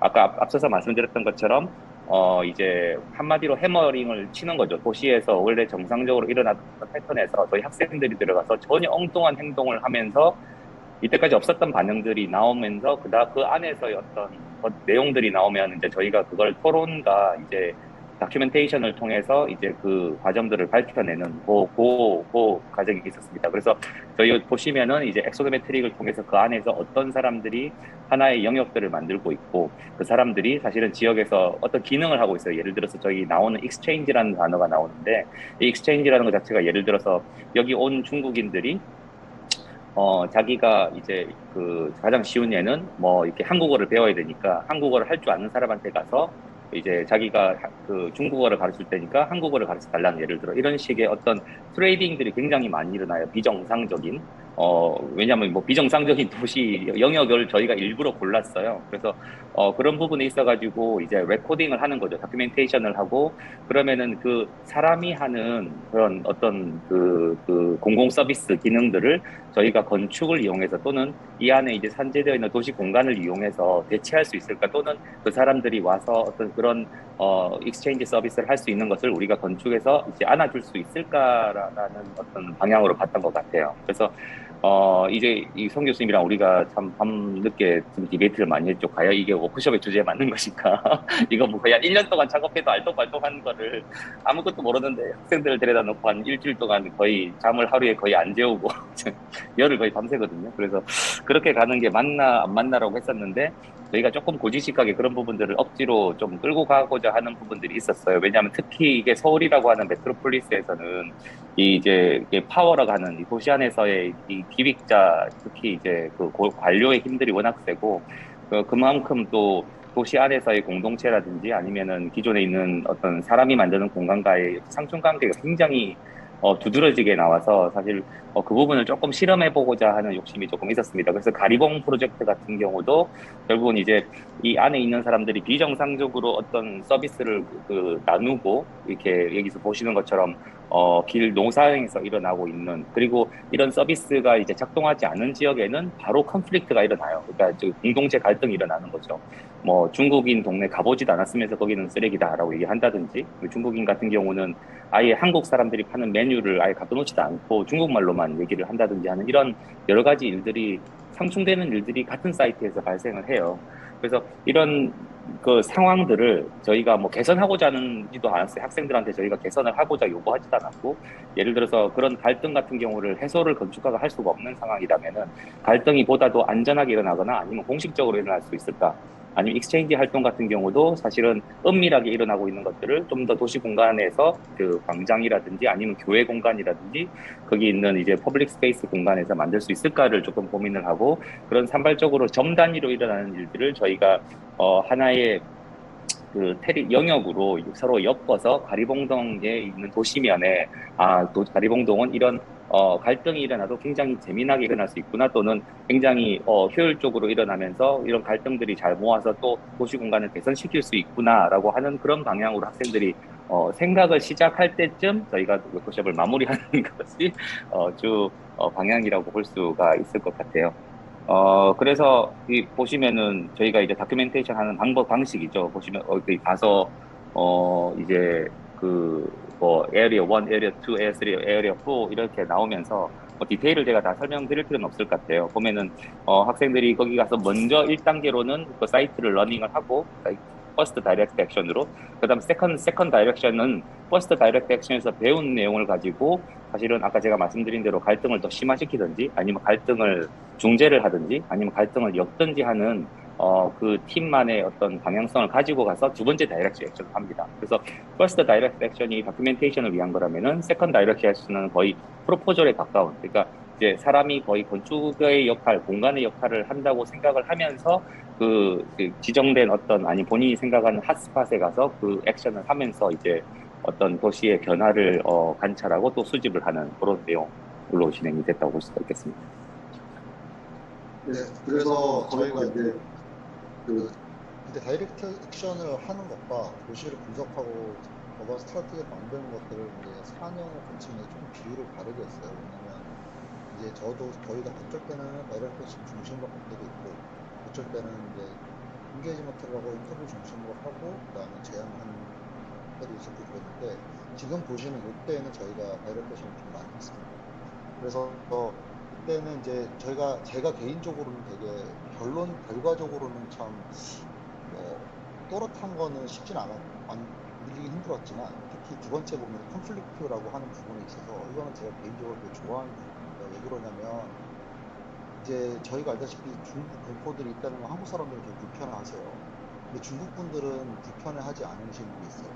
자신들이 소수임에 불구하고. 그래서 대학생들이 둘이서 한국 사람만 써야 된다, 중국 사람만 써야 된다라고 딱 서서 용기 있게 이해를 하고 다큐멘테이션을 했을 때 한국 분들은 엄청나게 많은 반응을 보이셨기 때문에 중국 분들은 큰 반응을 보이셨고 관심만 가지셨어요. 그래서 이걸 봤을 때 우리가 가지고 있는 이 컨플릭트라고 하는 것 좀 허구가 아닌가 이런 생각을 했었고, 그래서 그 허구인 지점을 이제 이 친구들이 그렇다면 메디에이터를 어떻게 만들 수 있을까라는 고민을 하다가 마지막 제안은 너무 급하게 저희가 생각하지 않았던 제안이 나와서 건축적 결과까지는 나오기 힘들었던 작업을 볼 수 있습니다. 그리고 이제 최종적인 제안을 몇 개 보여드릴 텐데요. 하나는 요게 이제 첫 번째 우사단으로 했던 것들은 이제 세 팀이 정보 공간으로서의 공간, 그 다음에 하루하루 일상적으로 즐길 수 있는 공간, 그 다음에 정치적으로 레저를 즐길 수 있는 공간, 이런 세 가지 제안을 했었고, 대표적으로 이제 하나는 이제 여기에서 있는 나이 드신 분하고 어린이들이 만날 수 있는 시스템을 제안하고 공간 하나를 크리에이트했던 작업이고요. 그게 아마 여기 있는 것처럼 데일리 펀으로 보시면 될 것 같습니다. 보시면 조인트 플레이그라운드, 어린이가 놀이는 플레이그라운드를 붙이는 공간이고요. 이거는 아까 설명드렸던 부분이고, 그 다음에 이제 요것들은 방금 전에 설명했던 메디에이터를 만들었던 공간, 여기는 이제 기존의 슈퍼마켓들을 더 활성화시켜서 익스체인지를 빈번하게 일어날 수 있는 시장을 만들겠다고 하는 제안이고요. 그리고 이때는 저희가 이제 2학년 학생들이 많이 참여를 했어요. 그리고 3학년 시작하는 학생들. 그래서 이제 드로잉들을 다 그릴 시간도 많이 부족해서 다 손으로 작업을 시켰습니다. 그래서 이제 이런 결과가 나오고 있고요.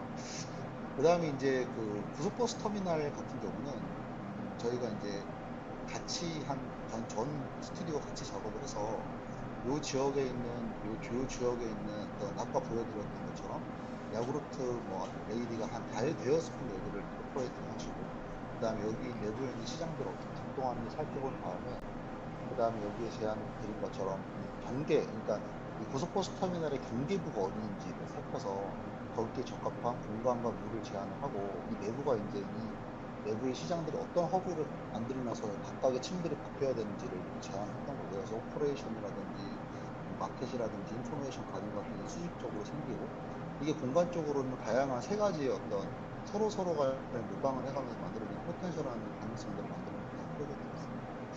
그래서 이때는 좀 더 저희가 한 4일 정도가 있었고요. 단체 저희 워크숍이 있었거든요. 근데 앞에 분석하는 분들에서 4일 정도 있었기 때문에 저희가 룰과 스페이스를 좀 집중적으로 디자인을 같이 하는 식으로 저희가 진행했었습니다. 그래서 저희가 발표가 생각보다 좀 빨리 정리가 됐는데 그래서 결론적으로는 이제 저희는 여기에서 제가 좀 적은 것 이게 이제 마지막 저희 발표할 때 모습이고요. 저희는 이런 아산블라주 컨디션의 사이트에서 저희가 이거를 좀 더 자생이 가능하고 작동이 더 가능한 자기만의 체계 안에서 할 수 있는 아산블라주 도시로서 변모를 시키는데 저희가 찾은 어떤 요소들을 가지고서 이것들을 즐기고 제안을 했던 것이 저희가 워크숍 4년 동안 있었던 과정이고 그 결과 이제 이런 도시 블록으로서의 어떤 자생력을 가지는 옆의 공간 블록과 좀 관련이 없으면서도 있는 이런 공간들이 좀 더 자기 자신만의 정체성을 가지는 식으로 도시가 더 메트로폴리스가 더 이렇게 깊게 들어가야 되지 않나 비전이 만들어져야 되지 않나라는 결론을 좀 저희가 가지게 됐어요. 그래서 만약에 이후에 이제 저희가 다른 식으로 작업을 한다면 그렇다면 그것과의 관계는 과연 필요할까? 어떻게 될까라는 질문을 가지고서 한번 생각을 해볼 수 있을 것 같습니다. 그리고 또 하나 되게 워크숍을 진행하면서 어렵기도 하고 논쟁도 많았고 여러 가지 얘기를 많이 했던 부분인데 저희는 그렇게 생각합니다. 그러니까 도시 인게이지먼트 자체가 제안이고 제안 자체가 인게이지먼트로 생각을 하거든요. 그래서 그것이 뭔가 건축가가 얼마나 개입하고 형태를 만들어내는 것과는 별개로 발견 자체가 결과가 발견이라는 생각을 하고 항상 작업을 하고 있어서 이 워크숍이라고 하는 게 특정적인 결과를 내는 것이 중요한가 아닌가 어떤 특정적 발견이 더 중요한가라는 어떤 이슈를 좀 던지고 싶어요. 그래서 일주일이라는 워크숍은 짧은 기간이고 여기서 어떤 실험이 필요한가에 대한 걸 논의했을 때 논쟁이 더 흥미로워질 수 있지 않을까라는 고민을 하게 됐습니다.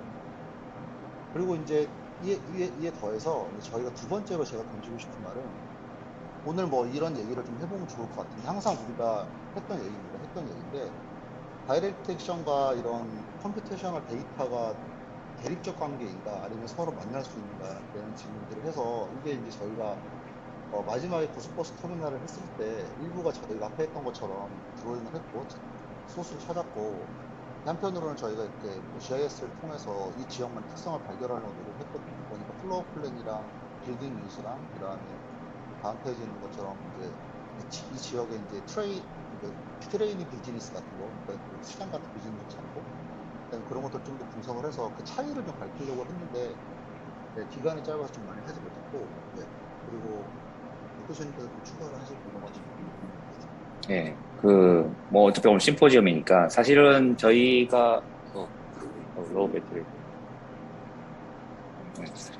저희가 소셜 알고리즘이 제목이잖아요. 저희가 이 전체 워크숍이 그래서 이 소셜은 지금 저희가 지금 하고 있는 사회적인 이제 관련된 건축이고 그다음에 이제 알고리즘 하는 거는 이제 어떻게 보면은 이제 파라메트릭 또는 이제 디지털 아키텍처로 대변된다고 얘기를 하면서 이 두 개의 물과 기름 같은 이 사이드가 어떻게 뭔가 이렇게 커뮤니케이션을 할 수 있는가에 대한 고민을 많이 했어요. 그래서 고속버스 터미널 프로젝트를 할 때도 저희가 알고리즘 실험을 할 거기 때문에 그나마 없는 시간이 확 줄었거든요. 그래서 저희가 이렇게 다이렉트 액션을 하는 것도 양을 줄였었어요. 그래서 가서 저희가 그 고속버스 터미널에 있는 예를 들어서 조금 거슬러 올라갈게요. 여기 있는 보시면은 이제 그 안에 있는 내용들 그 플로어마다 이제 있는 이제 이게 이렇게 지금 거의 작동을 안 하는 터미널이기 때문에 작동을 안 하는 터미널이기 때문에 그 안에 있는 요소들이 사실은 굉장히 비정상적으로 뭐가 생겨난 거죠. 마켓이 생겨났어요. 그리고 아까 이재원 쌤이 잠깐 터치했지만 옆에 신세계 백화점이 있으면서 옆에 있는 건물을 터미널을 수선소로 쓰거든요. 왜냐하면 싸기 때문에. 이런 어떻게 보면 너무 당연하지만 이제 정상적이지 않은 액티비티가 일어나는 곳까지만 했었어요. 원래는 거기서 좀 더 진행을 해서 그러면 우리가 어떤 입장으로 두 번째 다이렉트 액션을 할 수 있을까라는 부분들은 사실은 조금 건너뛰면서도 그 리스크를 하면서도 저희가 실험했던 게 저희가 마지막으로 처음이자 마지막 실험했죠. 아마 계속 할지는 모르겠는데 그 뒤로 가셔 보시면은 이제 그 GIS 정보 이렇게 GIS에다가 저희가 1년의 물리적 정보, 그 다음에 이제 건물 용적률 정보, 여기는 토탈 플로어 스페이스란 빌딩의 용도를 넣고요. 그 다음에 소셜 정보가 여기에 가서 사실은 인터액티브하게 우리가 실시간으로 이제 도시의 변화를 관측할 수 있는가라고 하는 부분에 저희가 한번 한 이틀, 사흘 정도로 해서 한번 하루네요. 하루 밤새면서 이렇게 만들어 봤던 것 같아요. 그 다음 페이지 넘어가 보면은 그러면은 여기서 보시는 거는 이게 굉장히 정보가 나이브하기 때문에 맞지는 않아요. 그래서 기본적인 상업 용도가 아까 그 가로랑 만나고 그 다음에 저희가 그 고속버스 터미널을 하면서 찾았던 어떤 그 소셜 데이터들을 결합을 했을 때 사실은 좀 이렇게 그 핫스팟이라고 하는 것들이 세 개만 섞어도 뭔가 이렇게 나오더라고요. 그래서 아무래도 만약에 저희가 지금 아까 첫 번째 강의에서 홍 교수님 말씀하신 것처럼 이 지금 만나는 사람이 굉장히 디사이시브한 퍼슨인가 아니면은 지금 하는 게 주요 결정인가 당연히 아니거든요. 그럴 리가 없잖아요. 하루 이틀 만나가지고. 근데 그 요는 1년 내도록 만나도 그런 사람을 만날 수가 없어요. 투표를 하더라도 뭐 그게 대표성이 있다고 할 수 없는 상황이잖아요. 그래서 저희가 그런 정보를 집계를 해서 최종 결론을 내는 데이터 방식보다는 저희가 도시 안에서 어떻게 보면은 언이번하게 나오는 어떤 데이터들을 실제적인 어떤 영역 단위에서 관찰을 하고 그리고 저희가 추가적인 프로포저를 넣었을 때 그러면은 예를 들어서 핫스팟이라고 하든지 아니면은 어떤 변화의 영역 아니면 가능성을 만약에 이렇게 같이 볼 수 있는 영역이 그 어떤 툴이 있다면은 어떻게 보면은 이렇게 소셜과 알고리즘이 두 개가 결합할 수 있는 하나의 플랫폼이 될 수 있지 않을까라는 얘기를 하고 이제 마지막 저희 이재원 쌤과 저희 강의는 마무리했던 것 같습니다. 그래서 뭔가 명쾌한 결론을 만들기보다는 하나의 퀘스천을 만들어서 저희가 이제 추가적인 연구로 이제 진행을 하자라는 부분으로 아마 페이지 1 저희 이제 렉처가 끝났던 것 같아요. 네. 그리고 이에 더해서 하나를 좀 더 또 뭐 추가를 하면 저희가 또 아까 이제 한번 워크숍이 끝나고 나서 결국은 저희가 찾는 소셜 스트럭처와 컴퓨테이셔널에서 만드는 이런 데이터들이 어떤 차이가 있을까라는 고민을 저희가 해봤고 이제 저희가 만드는 이 소셜 스트럭처라고 하는 거는 뭐 저번에 앞에서 말씀드린 것처럼 뭐 컴플렉스 스트럭처라든지 시스템이라든지 네트워크 우리가 찾은 건데 그것들을 좀 더 이런 변수라든지 어떤 뭐 변수들을 좀 세분화해서 어느 정도까지 정량성을 확보할 수 있는 방식을 만들 수 있지 않을까라는 생각을 하게 됐어요. 그래서 그거를 저는 이제 개인적으로 알고리즘 및 소셜 스트럭처만 생각을 좀 해봤는데 이거를 가지고서 지금 아까 성 교수님이 얘기하신 상상 지수라는 것들을 저희가 많이 고민을 해보고 있는 과정인데 이거는 솔직히 개인적으로는 될 수도 있고 안 될 수도 있을 것 같아요. 그래서 뭐 이거는 일단 트라이를 해보는 과정이고요. 그래서 방금 전에 이제 이런 것들이 이제 도시를 바라보는 방식 말고 어떻게 도시를 분석하고 이제 일단 개인적인 경험이 북한성을 획득할 수 있는 방식이 무엇인가에 대한 고민들을 저희가 지난 4번 워크숍을 통해서 많은 참여하신 선생님들하고 학생분들 덕분으로 그런 고민을 하게 됐고요. 그 다음에 저는 이제 워크숍이라고 하는 게 저한테는 그리고 저희 유니세계는 이렇게 어떤 대도시에서 한거 공간에 끊임없이 질문을 던지는 플랫폼이 됐던 것 같습니다. 그래서 이제 저희가 앞으로 계속 지낼 때 저희 AVS에서도 계속 이런 생각으로 새로운 실험들이 나는 얘기를 기대하는 마음에서 저희 얘기를 마치도록 하겠습니다. 감사합니다.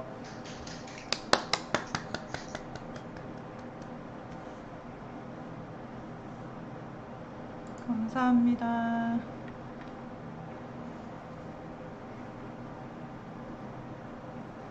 우리가 저 얘기해도 돼요? 혹시 네. 수민 쌤이 네. 저 되게 밝은 면 어두운 면 잘 봤어요. 근데 저는 밝은 면도 같이 했어요. 성 교수님 보고 홍제동 코너로 같이 했어요. 저랑 만나서 다크 사이드 했고요. 성종 교수님 만나면은 브라이트 사이드, 나 만나면 다크 사이드.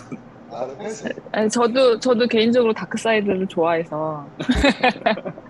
근데 되게 너무 잘 봤는데, 마지막에 이제 그런 알고리즘 관련돼서, 사실 저도 되게 궁금해요. 그게 만약에 실험을 하셔서 더 만약에 디벨롭이 돼서 알고리즘과 특히 그 컴플리트 스트럭처 같은 것들이 같이 어떻게 알고리즘화 돼서 보여질지 그게 가능할까라는 퀘스천도 있어요. 왜냐면 컨플릭트라는 것 자체가 되게 단발성으로 또는 갑자기 도시에 이렇게 나타나는 현상들인데 이것들을 알고리즘화 시켜서 뭔가를 할 수 있을까? 과연 어떻게 할까? 뭐 이런 이제 의문들이 생기는 건데 그거를 실험을 하실 수 있다면 참 좋겠지만 그게 또 두 분이 제가 교수님을 잘 알지는 못하지만 재현 선배님은 봐도 예를 들면 그 알고리즘을 실험하기 위해서 되게 많은 뭔가 실험들을 해야 되잖아요. 그래서 그게 오히려 저는 그 다이렉트 액션 한 것들 중에서 학생들이 나가서 뭔가 이렇게 도큐멘테이션을 해서 뭔가 팻말을 들고 중국인을 노동자들 찬성한다 반대한다 이런 것들이 훨씬 더 저는 강력하게 느껴졌거든요. 오히려 그 컨플릭트를 실험하는 거에서. 네. 그래서 굳이 그러니까 소셜 알고리즘이라는 주제 안에서 하기 위해서 뭔가 그걸 엮기 위해서 뭔가 하는 방법이라고 보여지지 오히려 실험하시는 여태까지 그간 하셨던 것들에서 알고리즘이 들어오는 게 오히려 연결이 안 된다? 또는 너무 평이해진다? 라는 생각이 들었어요.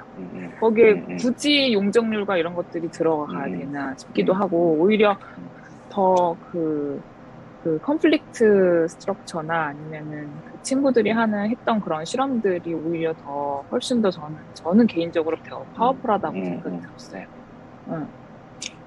그렇죠. 저희 마치 저희 회의 때 있었던 것처럼 저희 그 얘기 똑같이 했거든요. 저희는 안 한다고 했어요 원래. 등 떠밀려서 저기 앉아 계신 성모 교수님께서 어쩌던가 한번 해보자. 그래서 안 하면 그만이지 이래가지고 저희가 근데 해봤던 것도 좋은 것 같긴 한 게 왜냐면은 그냥 저희 얄팍한 관찰로는 해봤기 때문에 이게 알고리즘이랑 지금 하고 계시는 다이렉트 액션과 컴플릭트 스트럭처 같은 것들이 안 맞는구나라는 게 보이거든요. 확실하게. 제가 좀 추가를 좀 하면 안 맞는 게 맞죠. 그리고 저는 개인적으로 알고리즘에 대해서 관심이 없었어요. 옛날부터. 근데 저는 이제 어떤 생각을 하게 됐냐면 어쨌든 이 과정을 거치면서 우리가 콩을 이렇게 거르잖아요. 채바지를 하면서. 근데 채의 굵기를 우리가 만들 수 있지 않을까라는 생각을 했어요. 그러니까 예를 들어 컨플릭트 같은 거는 못할 것 같아요. 근데 중간 영역이 있을 것 같다는 생각을 했어요. 그러니까 포착해낼 수 있는. 그래서 지금은 채가 이제 뭐 강낭콩만 빠지는 게 있고 좁쌀 빠지는 게 있고 그 중간을 해서 어느 정도의 정성적인 거를 정량적으로 변환시킬 수 있는 가능성이 좀 생기면 이제 우리가 소위 지금 GIS로 판단해서 만들어내는 것과 우리가 찾는 것 사이의 판단을 할 수 있는 지점이 있지 않을까라는 생각을 하게 됐거든요. 그래서 그런 부분에서 그러니까 이거 DA를 하고 해야 되는 부분이 있고 당연히 사이트에 가야 될 부분이 있고 그 다음에 이제 알고리즘이 돌리면서 파악할 부분이 당연히 생길 것 같아요. 왜냐면 내 손에 핸드폰이 있으니까 내 손에 있는 핸드폰을 전압만 받고 싶지 않거든요. 그래서 그런 부분에서 좀 고민을 하게 된 거고 그래서 그런 부분이 어떤 부분일지를 찾아보는 거를 지금 해보려고 하고 있는 상황입니다. 프로젝트마다 조금 다를 수 있을 것 같아요. 그렇죠. 적용할 수 있는 프로젝트가 있고 못하는 프로젝트가 있을 것 같긴 해요. 근데 쉽게 확실히. 생각하면 툴이라고 생각하시면 될 것 같아요. 이게 이제 예를 네. 들어서 이렇게 다이렉트 액션이 잘 되는 상황은 저희도 계속 학생 가르쳐 보니까 이게 많은 사람들이 커뮤니케이션 하는 걸 좋아하는 반응이 보이는 시대에는 정말 좋은 툴인데 저희가 이렇게 하면서 계속 느끼는 저도 내려가서 하면서 느끼는 거는 그런 게 점점점 떨어진다는 게 느껴져요. 예, 이게 사람들이 커뮤니케이션 하는 걸 어려워하고 두려워하고 막 이런 것들 그리고 오히려 데이터에 많이 의존하기도 하는 부분도 있고 해서 저희가 거기 그 마지막에 GIS에 급하게 넣었던 거는 그 중에서 가장 핵심적이고 가장 밸류어블한 정보는 저희 학생들이 다이렉트 액션을 해서 찾았던 어떤 네트워크랑 소셜 정보 데이터들이었거든요. 사실은 나머지 GIS 정보는 엄청 부정확했어요. 이게 맞는지 안 맞는지. 실제 가보면 그런 것도 아니기도 한 것 같기도 하고. 근데 데이터는 그렇다고 하니, 뭔가 그런가 보지라고 해서 그냥 넣었던 이런 것들이 있는 거죠. 그래서 저는 어떻게 보면 큰 맥락에서는 저희가 이제 사람과 이제 공간 시스템을 다루려면은 도시로 가서 이제 다이렉트 액션을 어차피 해야 되고, 그럼에도 불구하고 어떻게 보면은 하나의 아까 그 강낭콩 얘기도 이재원 쌤이 했는데, 그런 맥락에서 중재자 역할을 뭔가 할 수 있고 보완을 하거나 아니면은 지금 시대에 조금 설득력을 강하게 요구를 한다고 할까요? 지금 다 뭐 트윈 터보, 트윈 엔진부터 해가지고 뭔가 다 디지털화되고 있으니 저희가 디렉트 액션 플러스 또 하나의 뭔가 있으면서 이렇게 보다 더 저희의 건축이 설득력이 있을 수 있지 않을까라고 하는 가설? 그래서 그거를 조금 한번 실험은 해보고 싶어요. 이게 맞는지 안 맞는지는 모르고 시작되는 저희는 굉장히 부정적인 생각으로 시작을 했으나 여전히 조금 많은 51%는 부정적인데 안 해봤거든요. 그래서 이거를 한번 작은 스케일에서 한번 다뤄보면서 그걸 보고 또 다른 다이렉트 액션으로 좀 더 심화되고 더 정교한 걸로 이어나갈 수 있지 않을까라는 생각을 하고 있어요. 그래서 저희는 만들어진다 하더라도 그게 의존하는 메커니즘이지 뭔가 그 디자인을 이끌어내는 메커니즘이라고 생각하고 있지는 않아요.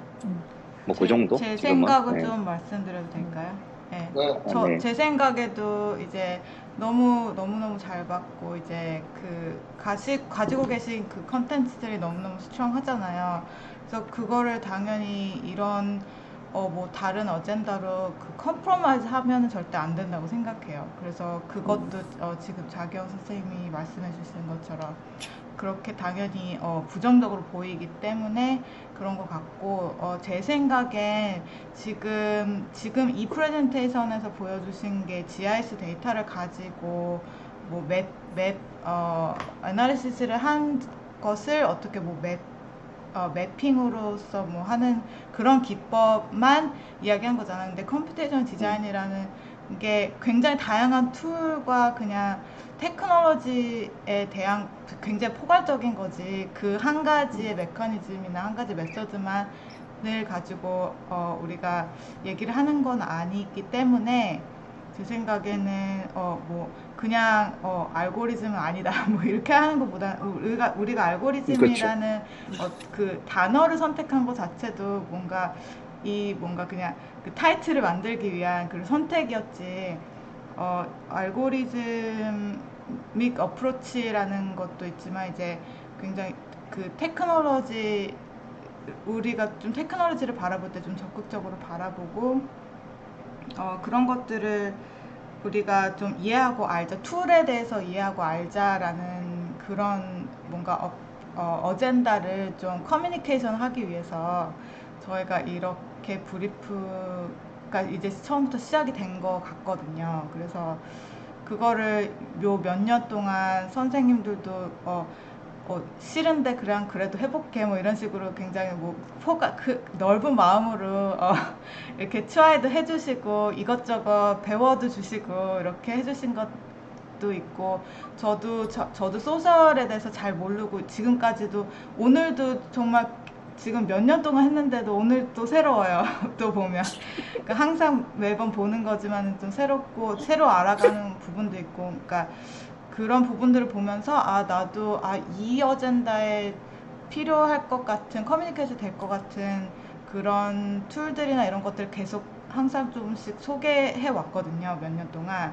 그래서 저도 이제 워크숍 때마다 하는 부분이, 저는 이제 제가 하는 제 엑스퍼티는 약간 패브리케이션이나 디자인 쪽인데, 이제 워크숍을 할 때는 저도 이제 나름대로 노력해서 얼반 알라이언스도 해보려고 하고 친구들도 초청해서 그때 남현재 선생님도 좀 초청해서 GIS 매핑하는 것도 가르쳐 달라고 했었고, 그다음에 알렉스랑 와가지고 또 그때도 GIS 매핑 처음으로 해봤고, 또 저도 이제 소셜을 잘 몰랐으니까 이런 게 필요할 수도 있을까 하고 해본 거였고요. 그러고서는 이제 제 생각엔 이번에 또 케이스랑 로어랑 이렇게 하면서 AI에 대한 그런 것들도 이제 좀 소개하고, 또 그런 식으로 저도 배워가면서 여러 가지 다양한 툴들이랑 테크놀로지들이 어떤 게 있는지 소개도 하고 디스커션도 하고 그러면서 이렇게 배워가고 이렇게 나름 쉐입해가는 것 같아요.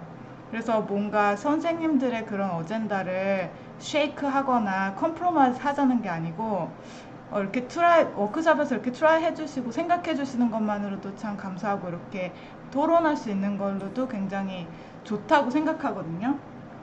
그래서 뭔가 워크숍은 짧은 기간이니까 너무 짧아서 아무것도 못해 이러시기도 하지만 그 시간에 뭔가 그 시간만 그래도 크레이지한 거 해볼 수 있으니까 어떻게 그 시간만이라도 뭐 해볼 수 있는 게 있을까 하고서는 해보는 것도 뭐 재미있겠다 이런 생각도 지금 들고요. 그러니까 그런 것도 있어요. 예. 근데 뭐 여러 가지 생각이 듭니다. 제가 좀 더 말씀드리면 주신 얘기에 대해서 의견을 말씀드리면, 우선은 말씀이 감사하고, 그리고 저도 다 동의합니다. 다 동의하고, 그 다음에 저희가 뭐 이거를 하라고 했다 그거는 좀 농간 진방 같고요. 주시면서 저희도 필요를 느낀 게 있죠. 그래서 뭐 진행한 것도 있고 저는 개인적으로. 근데 제가 동의하는 부분은 매핑이나 뭐 이런 것이나 뭐 그거를 컴퓨테이셔널이 하는 건 되게 편협한 사고 같아요.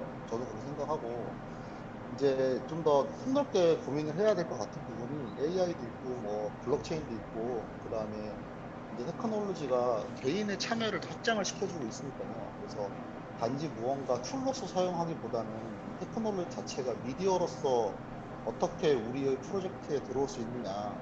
그래서 그 테크놀로지가 미디어로서 사용될 때 우리가 이제 지금 현재 혁신적인 기술들을 어떻게 받아들이고 그거를 이용해서 발전시킬 수 있느냐. 그러니까 새로운 방식의 다이렉트 액션은 과연 없을까 하는 게 더 근본적인 질문인 것 같아요, 저한테. 그래서 DA를 할 때 나가서 사이트에서 들고 하는 것뿐만 아니라 어떤 방식으로 피드백을 받아들일 수 있는가. 그래서 왜냐면 우리가 뭐 너무나 2년 전에 상상할 수도 없었던 것처럼 인터넷으로 전염 백신 해가지고 주사 맞으러 가고, 그 다음에 이거 QR코드만 찍으면 뭐 2주 지났다고 뜨고, 뭐 서로가 대화를 하지 않아도 모든 정보가 다 뭔가 사용되는, 참여할 수 있는 사회가 됐잖아요. 그래서 그런 부분에서 더 고민을 해야 될 것 같아요. 그래서 그냥 질문에 대한 과정으로서 보여드린다고 이해하시면 되고, 그런 것들이 좀 더 소통이 되는 것도 가능합니다. 저도 한마디 해도 되나요?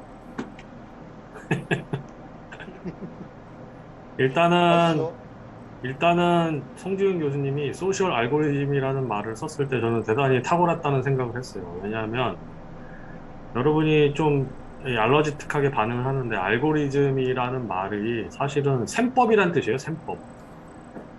그래서 이게 뭐 원래 원류를 따지면 저기 뭐 페르시아 그쪽에서 왔지만, 근데 어쨌든 다 돌아가서 인간들도 다 셈법으로 움직이잖아요. 우리가 어떤 우리 그러니까 마음에 뭐가 끌리니까 마음에 뭔가 셈법에 의해서 뭐 아이스크림도 사 먹고 사기도 치고 뭐 이러잖아요. 그래서 저는 그 알고리즘을 너무나 컴퓨터를 다루는 것 중에서 데이터 사이언스라든지 혹은 어떤 정량적으로 무엇을 도출하는 것에 그 초점을 맞춰서 그것을 해야지만 뭐 마치 컴퓨터를 사용하거나 알고리즘을 사용하는 것으로 그 오인을 하지 않았으면 좋겠다는 좀 생각을 해요, 개인적으로. 그래서 예를 들면 우리 인간이 얼마나 착한지를 숫자 1부터 10까지 매길 수는 없거든요. 혹은 온도를 색깔로 나눌 수도 없고요. 그러니까 사실은 우리가 비트겐슈타인이 그런 말도 했지만 이게 생각할 수 없는 걸 생각해서 문제가 생기는 것 같아요. 소셜 알고리즘의 제가 볼 때 대단한 강점은 바로 그런 양적으로 뭔가를 바꿔서 거기서 어떤 결론을 얻어내는 일이 아니라 그 사람들이 움직이는 그런 셈법들이 어떤 규칙들로 이루어지고 그리고 그것을 지키지 않으면서 생기는 아까 그 리얼시티란 말이 저는 되게 좋아하는 거예요.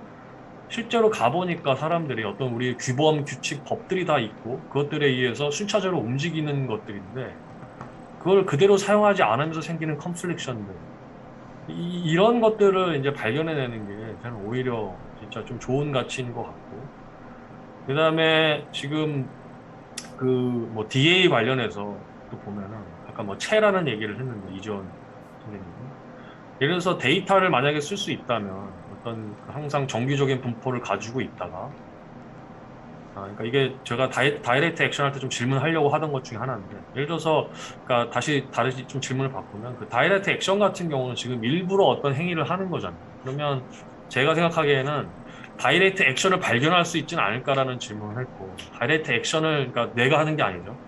그러니까 다른 사람들이 자기 파이든 반이든 그 셈법에 의해서 뭔가 새로운 다이렉트 액션이 일어날 텐데 폭동이 될 수도 있고요. 뭐 도둑질이 될 수도 있고 뭐 이렇게 건물을 가로지러 갈 수도 있는 뭐 이런 일들이 일어나는데 그런 것들을 어떤 그 데이터를 통해서 발견해낼 수 있지 않을까라는 생각은 해본 적이 있어요. 예를 들면 뭐 교통 혼잡도가 뭐 어디가 되고 사람들이 막 있는데 갑자기 비이상적인 분포를 보이는 부분이 발견할 수 있는 거거든요. 그런 경우. 그래서 그럼 그게 그러니까 사회가 생성적으로 만들어낸 새로운 다이렉트 액션으로 바라보고 그렇게 들어갈 수 있지 않을까. 그러니까 전혀 예측하지 않은 곳에서의 행동들을 발견해내고 그걸 또 해석할 수 있지 않을까라는 생각을 했어요. 그래서 그런 쪽으로 저는 소셜 알고리즘이 이제 워크숍을 해서 보니까 오히려 이제 그런 가능성을 저는 개인적으로 엿봤거든요. 그래서 제가 좀 능력이 되면 좀 써보고 싶기도 하고 그런 생각이 많이 들었던 것 같습니다.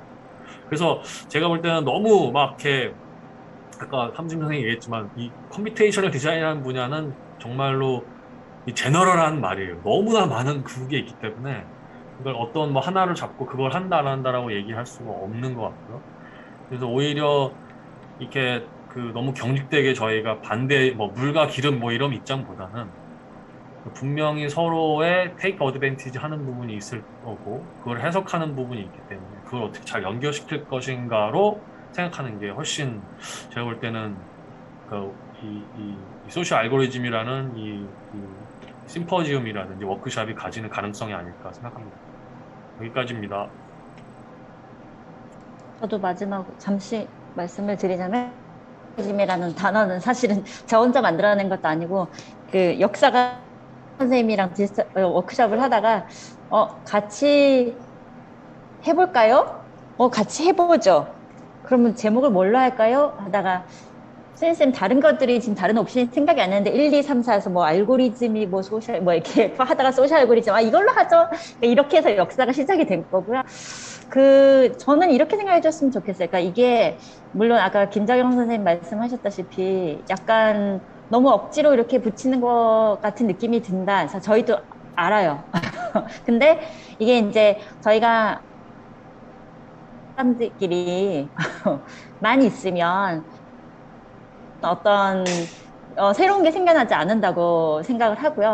그래서 그게 이 워크숍의 포인트이지 않을까라고 생각을 합니다. 그 워크숍에서 티칭은 저희가 학교에서 디자인 스튜디오에서의 티칭과는 조금 다를 수 있지 않을까. 좀 더 실험적이고 그러니까 워크숍 전체를 통해서 어떤 뭐 학생들의 뭐 포트폴리오를 위한 뭐 좋은 작품을 만들어준다가 아니라 우리가 이 워크숍을 통해서 같이 디베이트를 했는데 이러한 질문이 하나 나왔다. 질문 하나만 잘 던져줘도 저는 진짜 큰 성과라고 생각을 하거든요. 그래서 어떻게 보면 저희가 이제 몇 년간 워크숍을 진행해 오면서 이제 계속 비슷한 질문들도 계속 나오고 어떻게 보면은 서로 모르는 것들에 대한 질문을 던지고 이야기를 들음으로써 약간 그냥 저는 자극을 받을 수 있는 플랫폼이 되었고 저는 아직도 가장 강렬하게 이 그룹에서 뭐라 그래야지 제가 얻은 그게 저희가 선생님들이 기억하실지 모르겠는데 저희가 소셜 알고리즘 6.5였나 같이 워크숍을 하고 돌아오는 길에 알고리즘을 약간 막 이렇게 맛배기로 구경한 저희로서 왜 자꾸 괄호를 열고 괄호를 닫으라 그러는데 언제 괄호를 열어야 되고 언제 괄호를 닫아야 되는지 모르겠는 그리고 막 대화를 하는데 저희가 이제 이 소셜은 저희가 자꾸 막 이야기를 막 이제 막 가지를 치면서 이야기를 하니까 그때 송 선생님이 그러셨어요. 옆에서. 그래서 괄호를 닫으세요 이렇게 했는데, 그러니까 이게 태생적으로 저희는 괄호를 잘 못 닫는 사람들인 것 같아요. 그래서 이게 저희가 이게 같아져서 그레이가 되지는 않지만 뭔가 이렇게 뭔가 이렇게 스파크가 튀듯이 새로운 어떤 것들이 나오지 않을까. 다이렉트 액션이라는 걸 오늘 이야기를 했지만 이게 되게 여러 가지 메소덜러지 중에 하나인 거고요. 아까 얘기하셨듯이 함지민 선생님이 AR, VR을 이용해서 뭐 퍼블리케이션을 한다. 그러면은 사실은 저는 그거를 어떻게 사용해서 제가 하는 뭐 어린이 참여 워크숍에 사용을 해볼까에 대한 것도 또 하나의 꼭지가 될 수 있는 거거든요. 그래서 뭐 무궁무진하다고 생각합니다. 혹시 더 질문을 올려주셨어요. 아, 네. 질문이 하나 올라왔어요.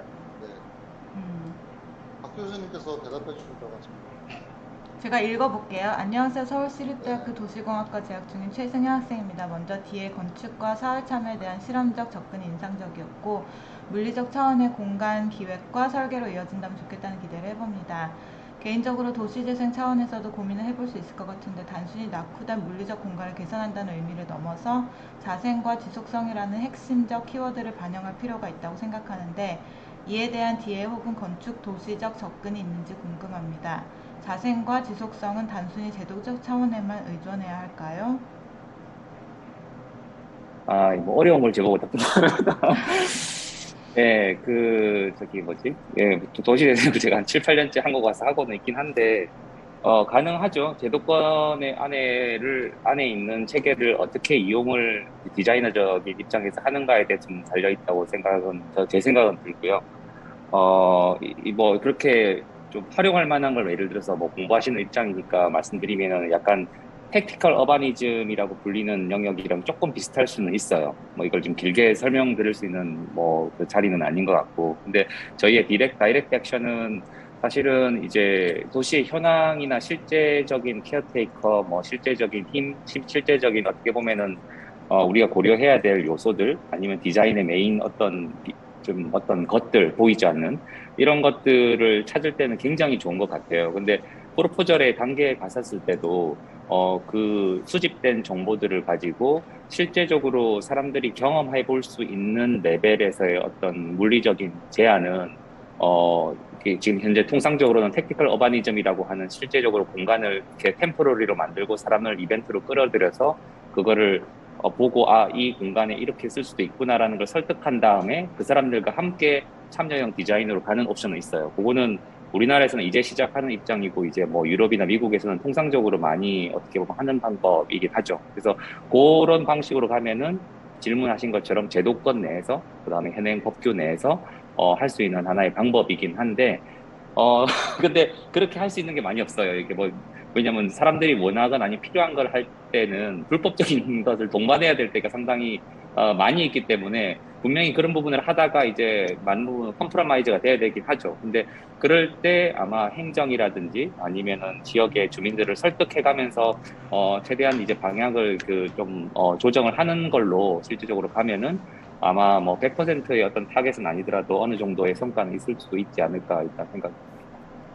예, 제가 할 수 있는 것 정도. 그리고 저도 하나 짧게 추가되면 제가 암사동에 했던 프로젝트가 있는데 그거는 제가 캠페인을 했어요. 그러니까 다이렉트 액션이라고 하는 거를 제도적으로 하기는 쉽지 않아서 그 지역 사람들이 외부 공간을 사용할 수 있도록 하는 캠페인을 해서 어린이들을 위해서 그래서 그 캠페인을 기반으로 외부 공간을 몇 개를 설계를 했거든요.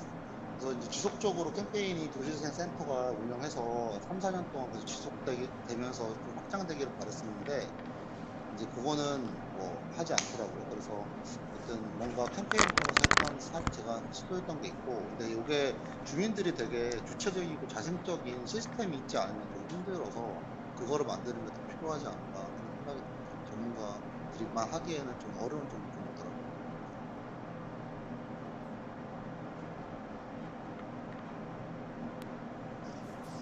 네, 저희 혹시 뭐 더 아마 그 오후 세션 끝나고 나서도 또 전체적인 뭐 우리의 뭐 융합이라든지 과제 뭐 메소돌로지에 대한 얘기를 할 수 있을 것 같으니까 잠시 이제 브레이크를 가지도록 하겠습니다. 여기 한국은 점심이고 영국이랑 미국은 어느 시간대인지 잘 모르겠는데 1시간 정도 쉬시고 정확하게 54분 후에 다시 뵙도록 하겠습니다. 같은 네, 링크에서 감사합니다. 뵙는 거죠? 네, 이 네, 안 링크로. 나가셔도 됩니다. 안 끊을게요. 네. 네. 밤에 라면 먹으면 맛있어요.